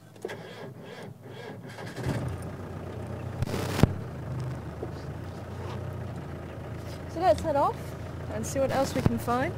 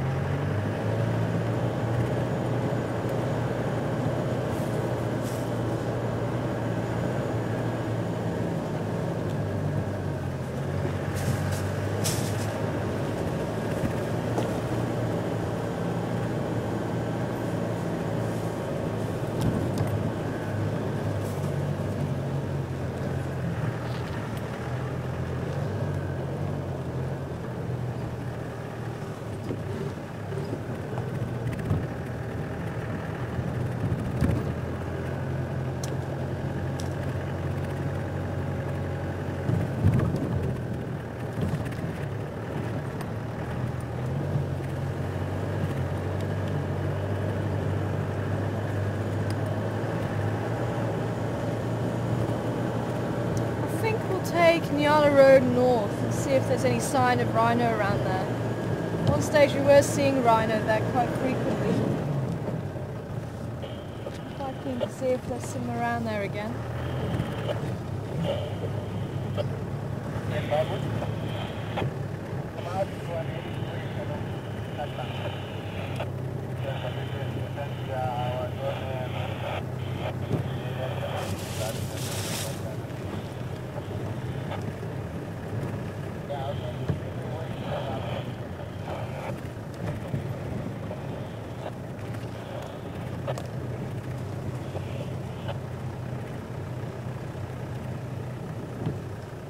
Can you repeat, was there a lock on cheetah cutline there?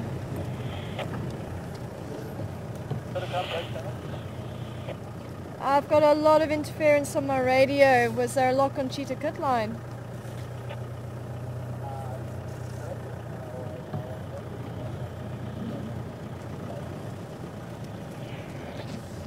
Copy, thank you.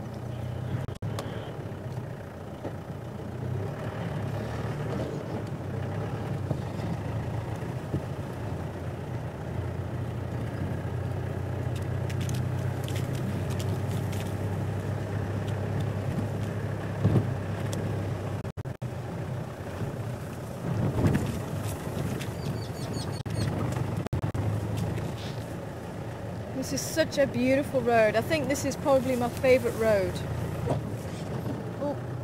Oh, just about saw it. Just a little bit too late. Sorry, spider. At least Let me keep some of your web.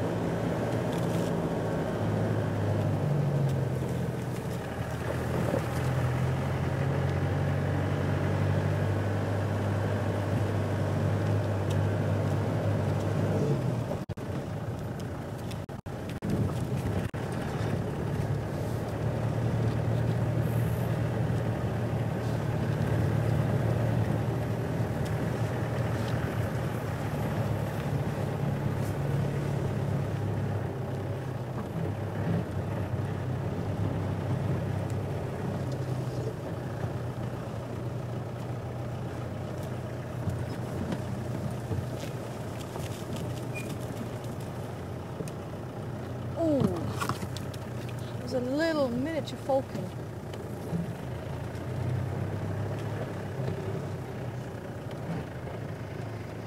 Didn't see exactly what it was, but it was a very small falcon.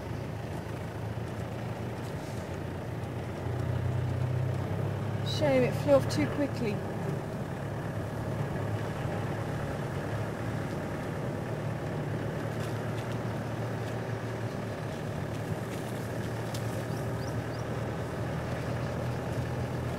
Hear the babblers babbling away in the evening sun.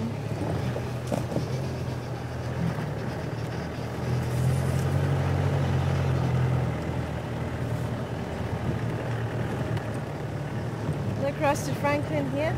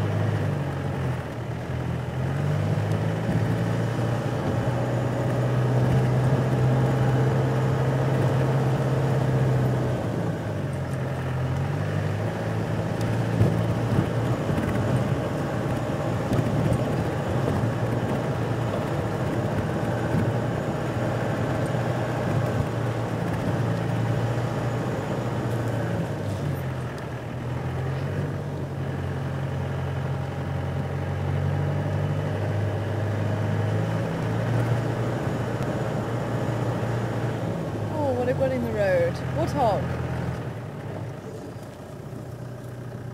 Up ahead. Hopefully it won't run. Not yet anyway. There we go. Quite a young one by the looks of it.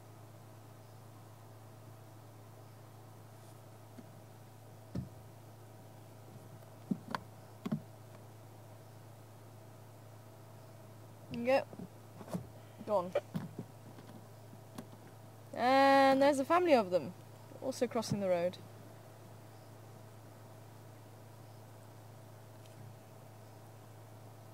Now, just like elephants, they are a matriarchal society, so females are in charge.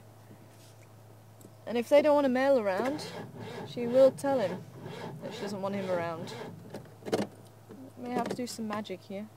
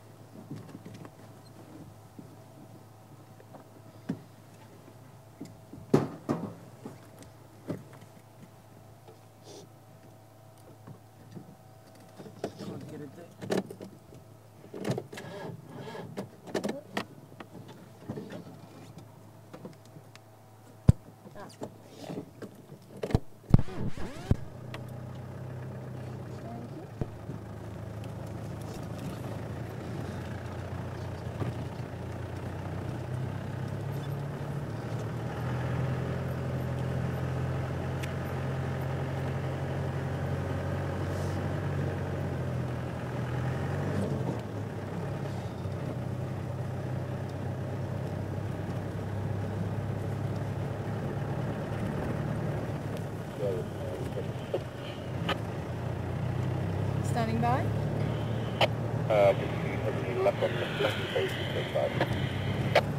Negative. I've done a loop around. I'm heading back to Gary Dam now, and I'll let you know if I do see anything again.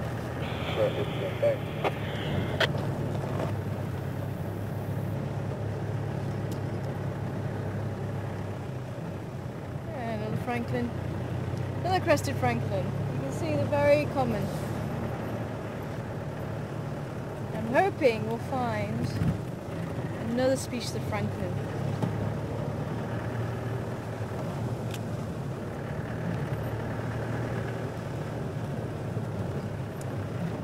It's always the way. If we're out looking for Francolins, we won't find them.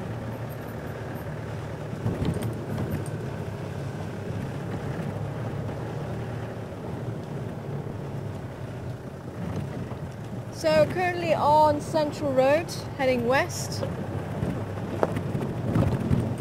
And I'm hoping we're going to find those baboons. I'm sure that I did hear them. I'm sure they were around.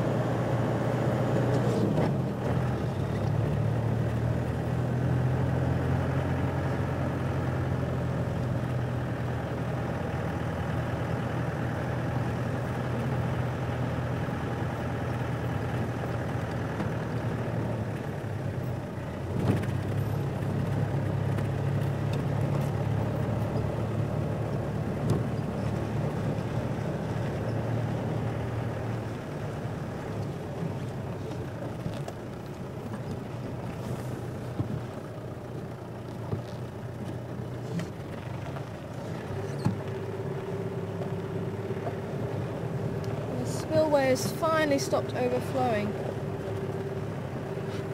We're seeing baby terrapins here and plovers and all sorts of small creatures here. But making use of the water, the shallow water.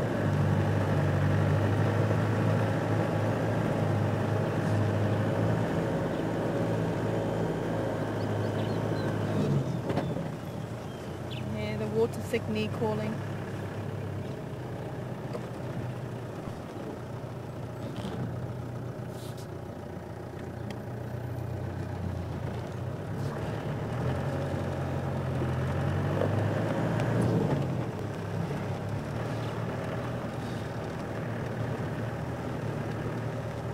All looks very still here at Gary Dam. Maybe a little bit too still.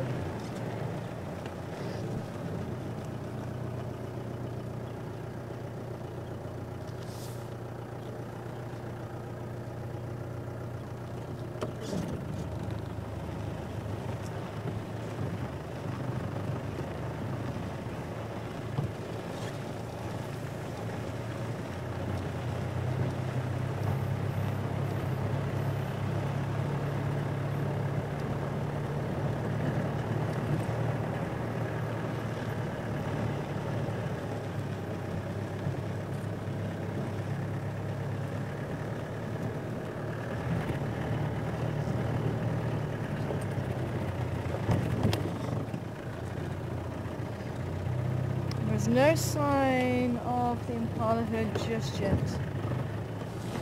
Remember, this is where we left them.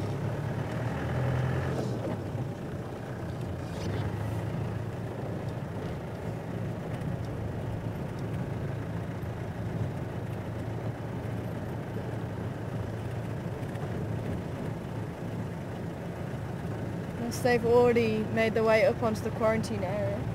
Could well have done.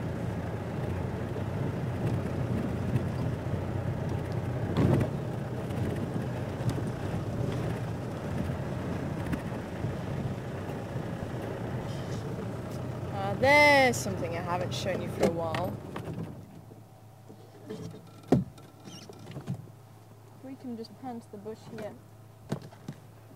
The blue guari.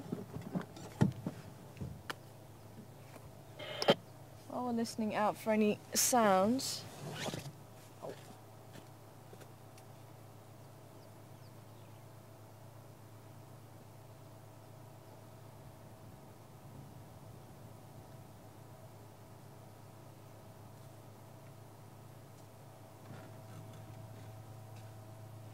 I'm just keeping a lookout around here. I shall show you how to make a toothbrush. I feel very low down here. Am I okay down here? But this is magic guari, not blue guari. But blue guari tends to be a little bit more bluer in colour actually than the magic guari, and not as wavy around the edges. So used to seeing so much blue guari, I keep trying to call this blue guari. But on my old reserve we used to have nothing but blue guari and the occasional bit of common guari. But I don't know, are you able to get that? What I'm doing is taking off the bark.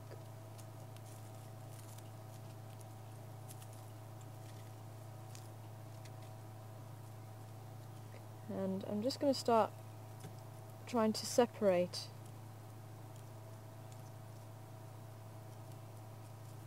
the fibres. Just try and separate them out a little bit, and then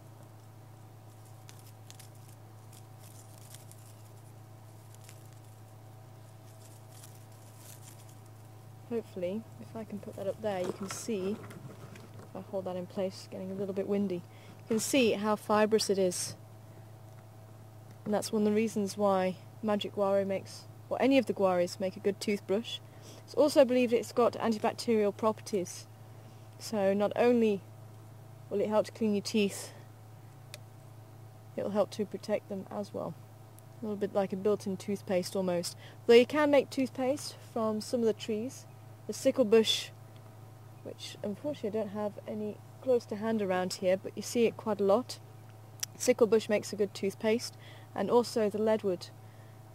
And there could be a leadwood close by actually. You can take the firewood and use it, well, use the wood for fire, and then in the morning you take the ash and mix it around with a bit of milk or some water, and you can make yourself some toothpaste.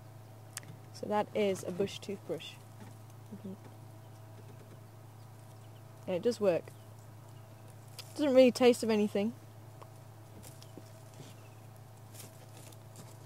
If ever you're stuck in the bush and you need to find yourself a toothbrush, dental hygiene is still very important, even in a survival situation.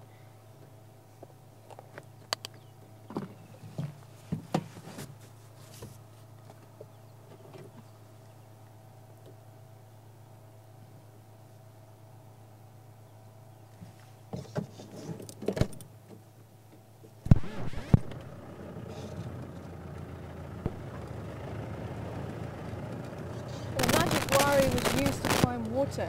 Take two branches, and it's believed it can find or help you find water. That's why it's one of the reasons why it's called magic guari.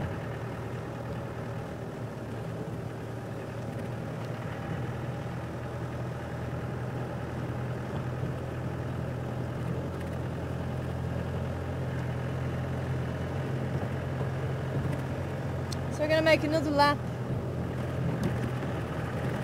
around the quarantine area, see if the baboons have come out. And then we'll head down Zoe's Road, I think.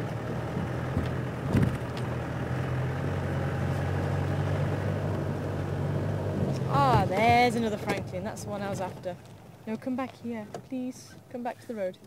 Come on. Don't go hiding.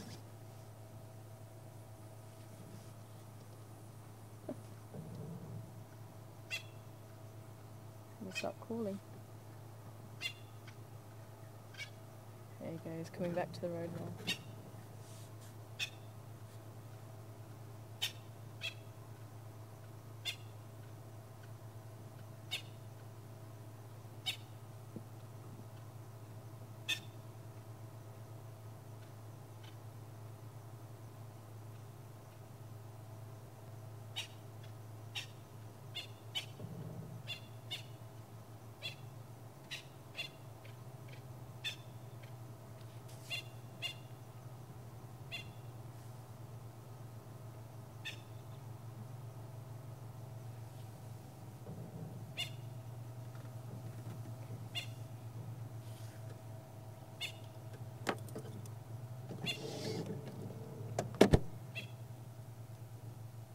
Andrew, come in. I think this one everyone was struggling to ID a little bit this morning. Let's see if anyone is able to ID it this afternoon.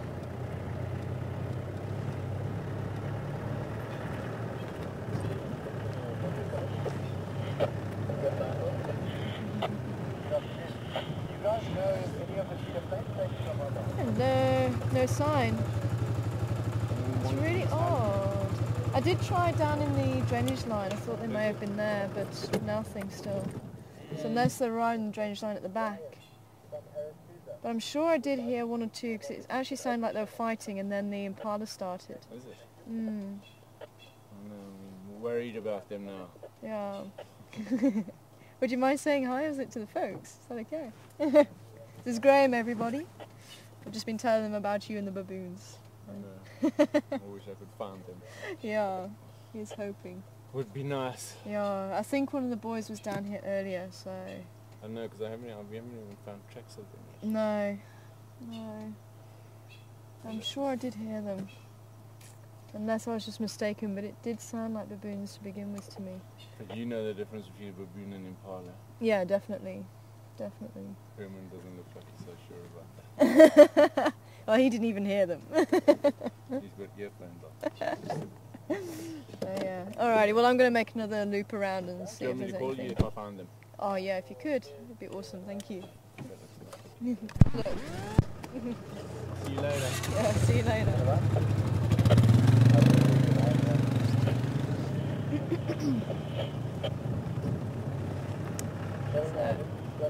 Hopefully for those of you who haven't met Graham before, it's nice to put a face to the name.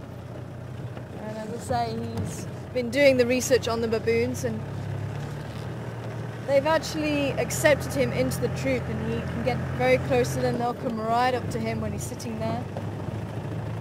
And because he's been accepted into the troop, he's been able to start to understand a lot more about the behaviour and the interactions. And so I was quite keen to have a chat with him the other day to see how the troop are reacting to one of the females losing her baby, Elby.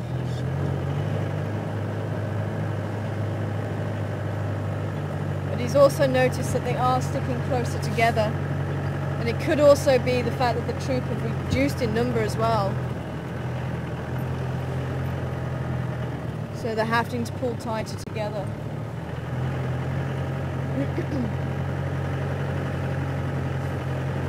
But he has seen some behaviour that's never been seen before, which is really interesting too. It's never been documented before.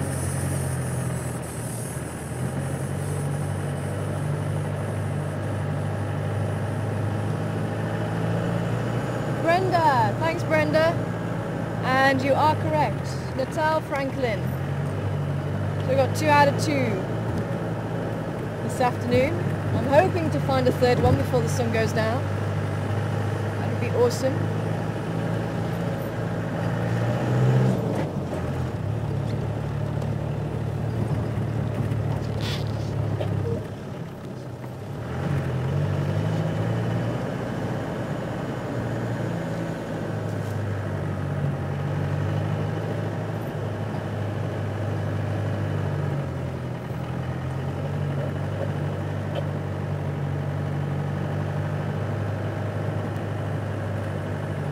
And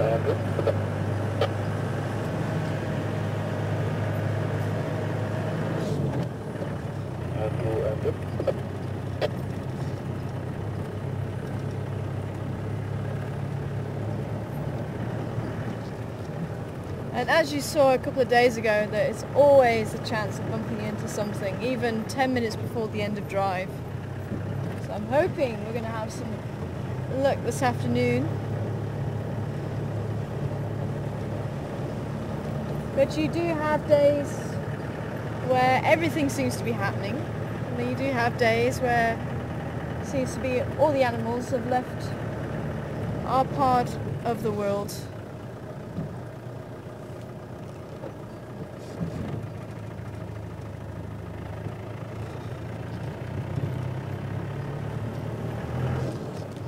But the Natal Francolin, you can tell by the orange beak and the orange legs.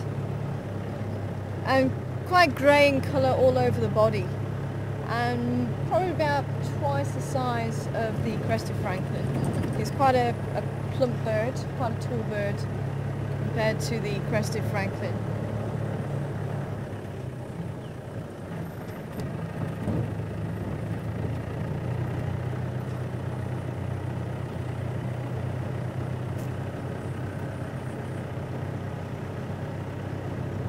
Sorry, Laurie. Getting sidetracked about Graham finding something interesting in the baboons. And in baboon society, baboons have a few males. It's a male-run society, so it's not matriarchal like the warthogs that we've seen or the elephants. It's an oligarchy society. So you have 2, 3, 4, 5 males, depends on how big the troop is, and they will basically run the show. And they will have several females who they associate with. So each male will kind of have his own little harem of females. And what was quite interesting, when we had the troop up to about 17, I think it was, 17 or 18, the amount of females versus males was equal. And what he found was that they were actually pairing off, which was very unusual in baboons. Instead of one male or 2 males having the majority of the females, they actually paired off. And he said it's never been seen before, it's never been documented before. So very unusual. And as I say, with him getting close, he's able to really see how the interactions work. And there's a lot of politics between the troop and the troop members. There's some of the Impala here on the ride now.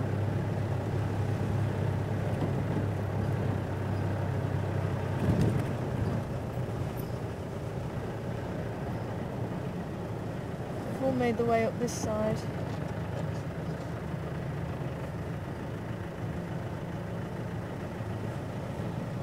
I think this male leopard is going to pop out at some stage, but it's where and when.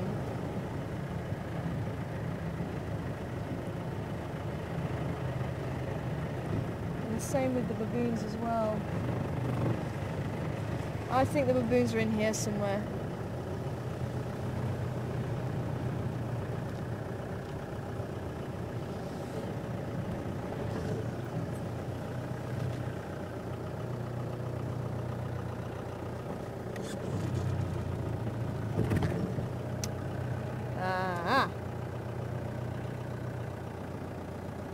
No, hyena.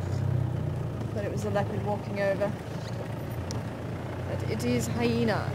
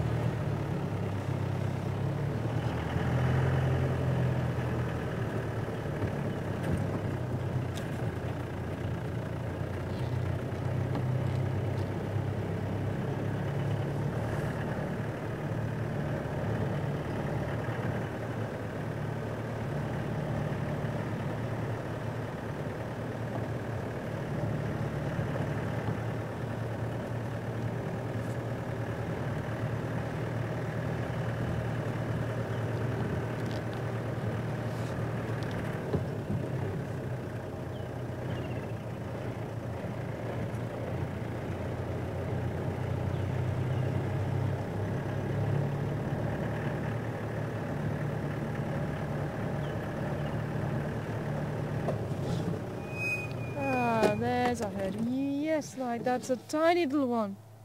Look at that. There has been a couple of females still looking pregnant, and she must have just given birth in the last few days. That is a tiny baby there.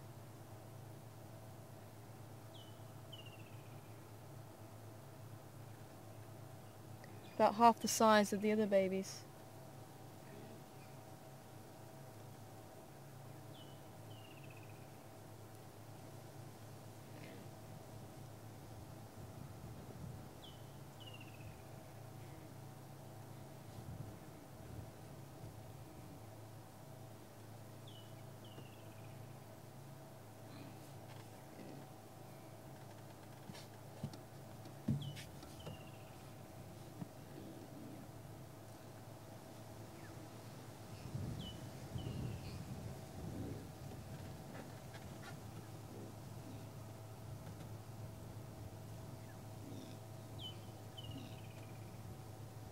That other female is watching. And she's coming over.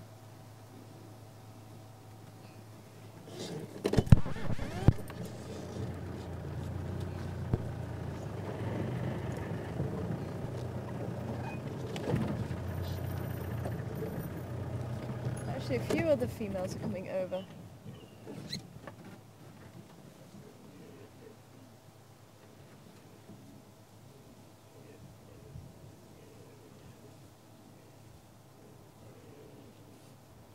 See if we can move alongside them maybe, because I'd like to see this greeting a little bit more.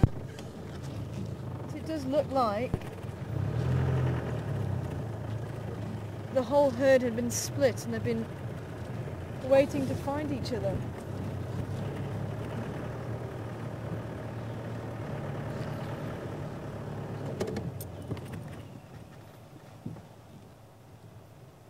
And it does look like there was maybe some babies that had been split as well. You can see they're trying to drink from the mothers now.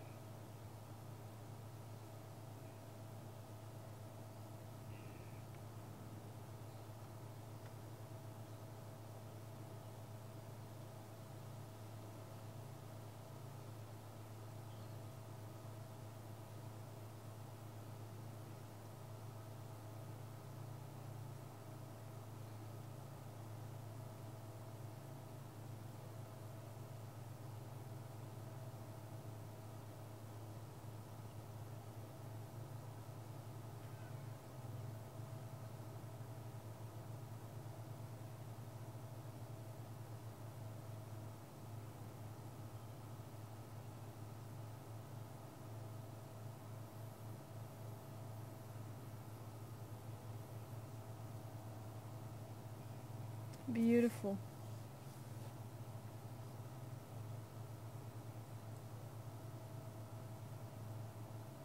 So there's been a couple of reunited mothers and lambs there, which is wonderful.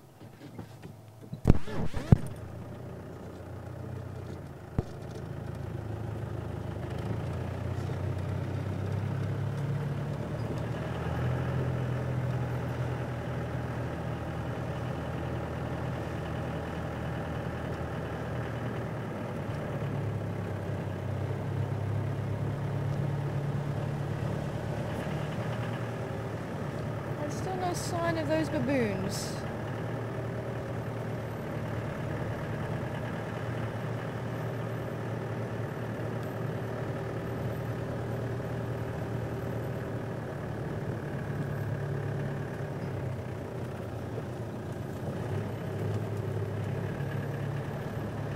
Very odd.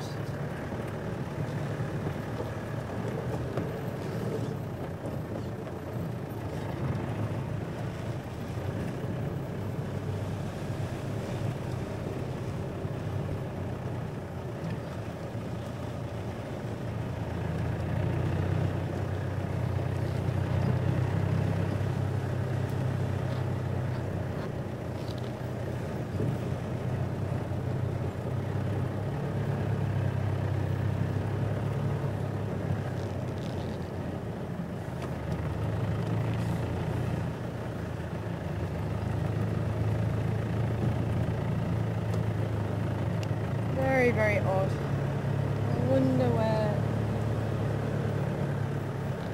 they went. I think they must be in here. They're just taking the time to come out.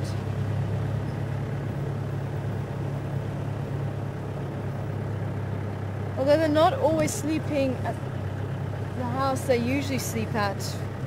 You have noticed they have been sleeping elsewhere. And maybe they have a spot somewhere in here.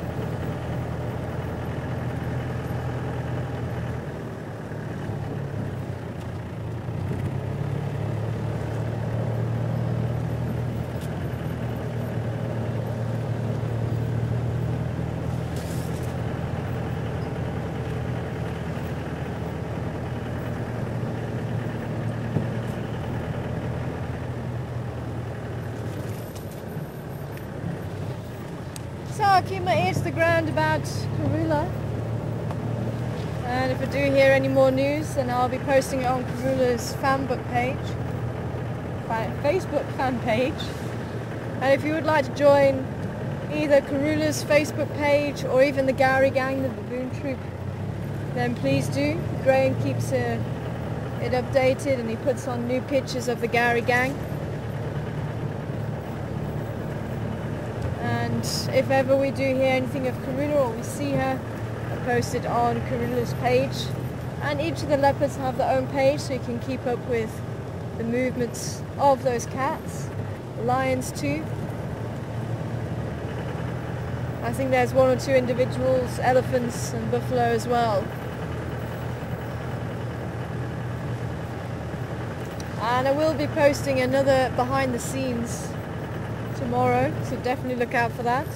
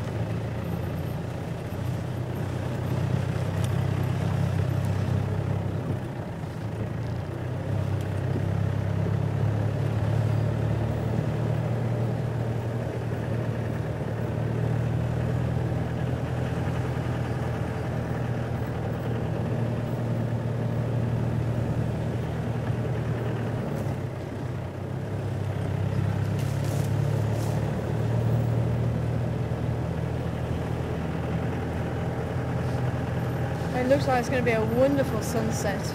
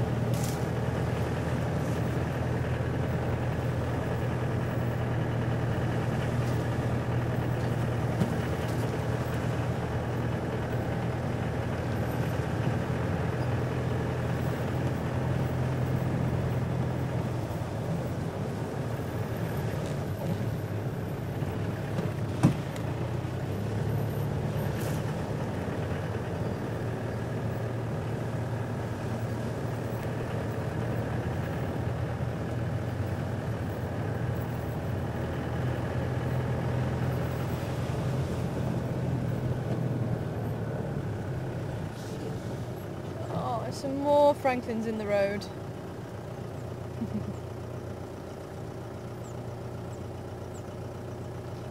And crested Francolins again this time.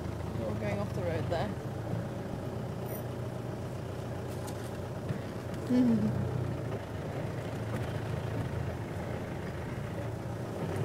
Oh, little one, you're getting left behind. Your whole family's scattered. There we go.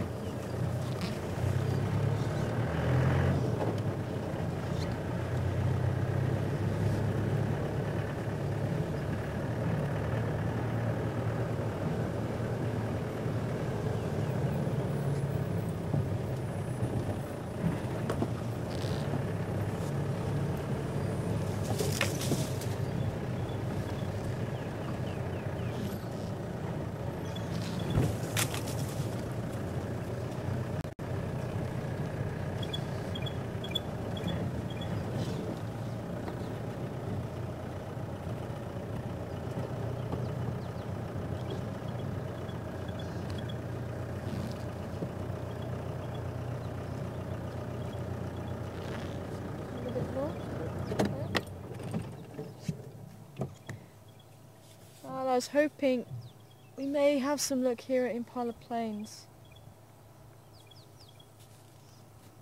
And it looks like there's a couple of impala around. And a couple of crowned lapwings, but this is such a beautiful sunset.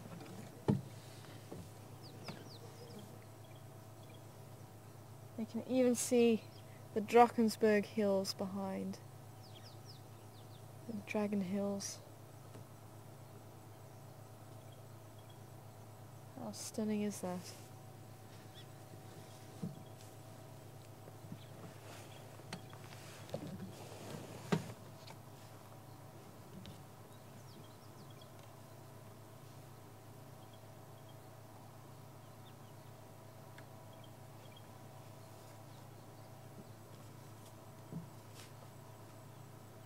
Well, sadly it's come to say goodbye.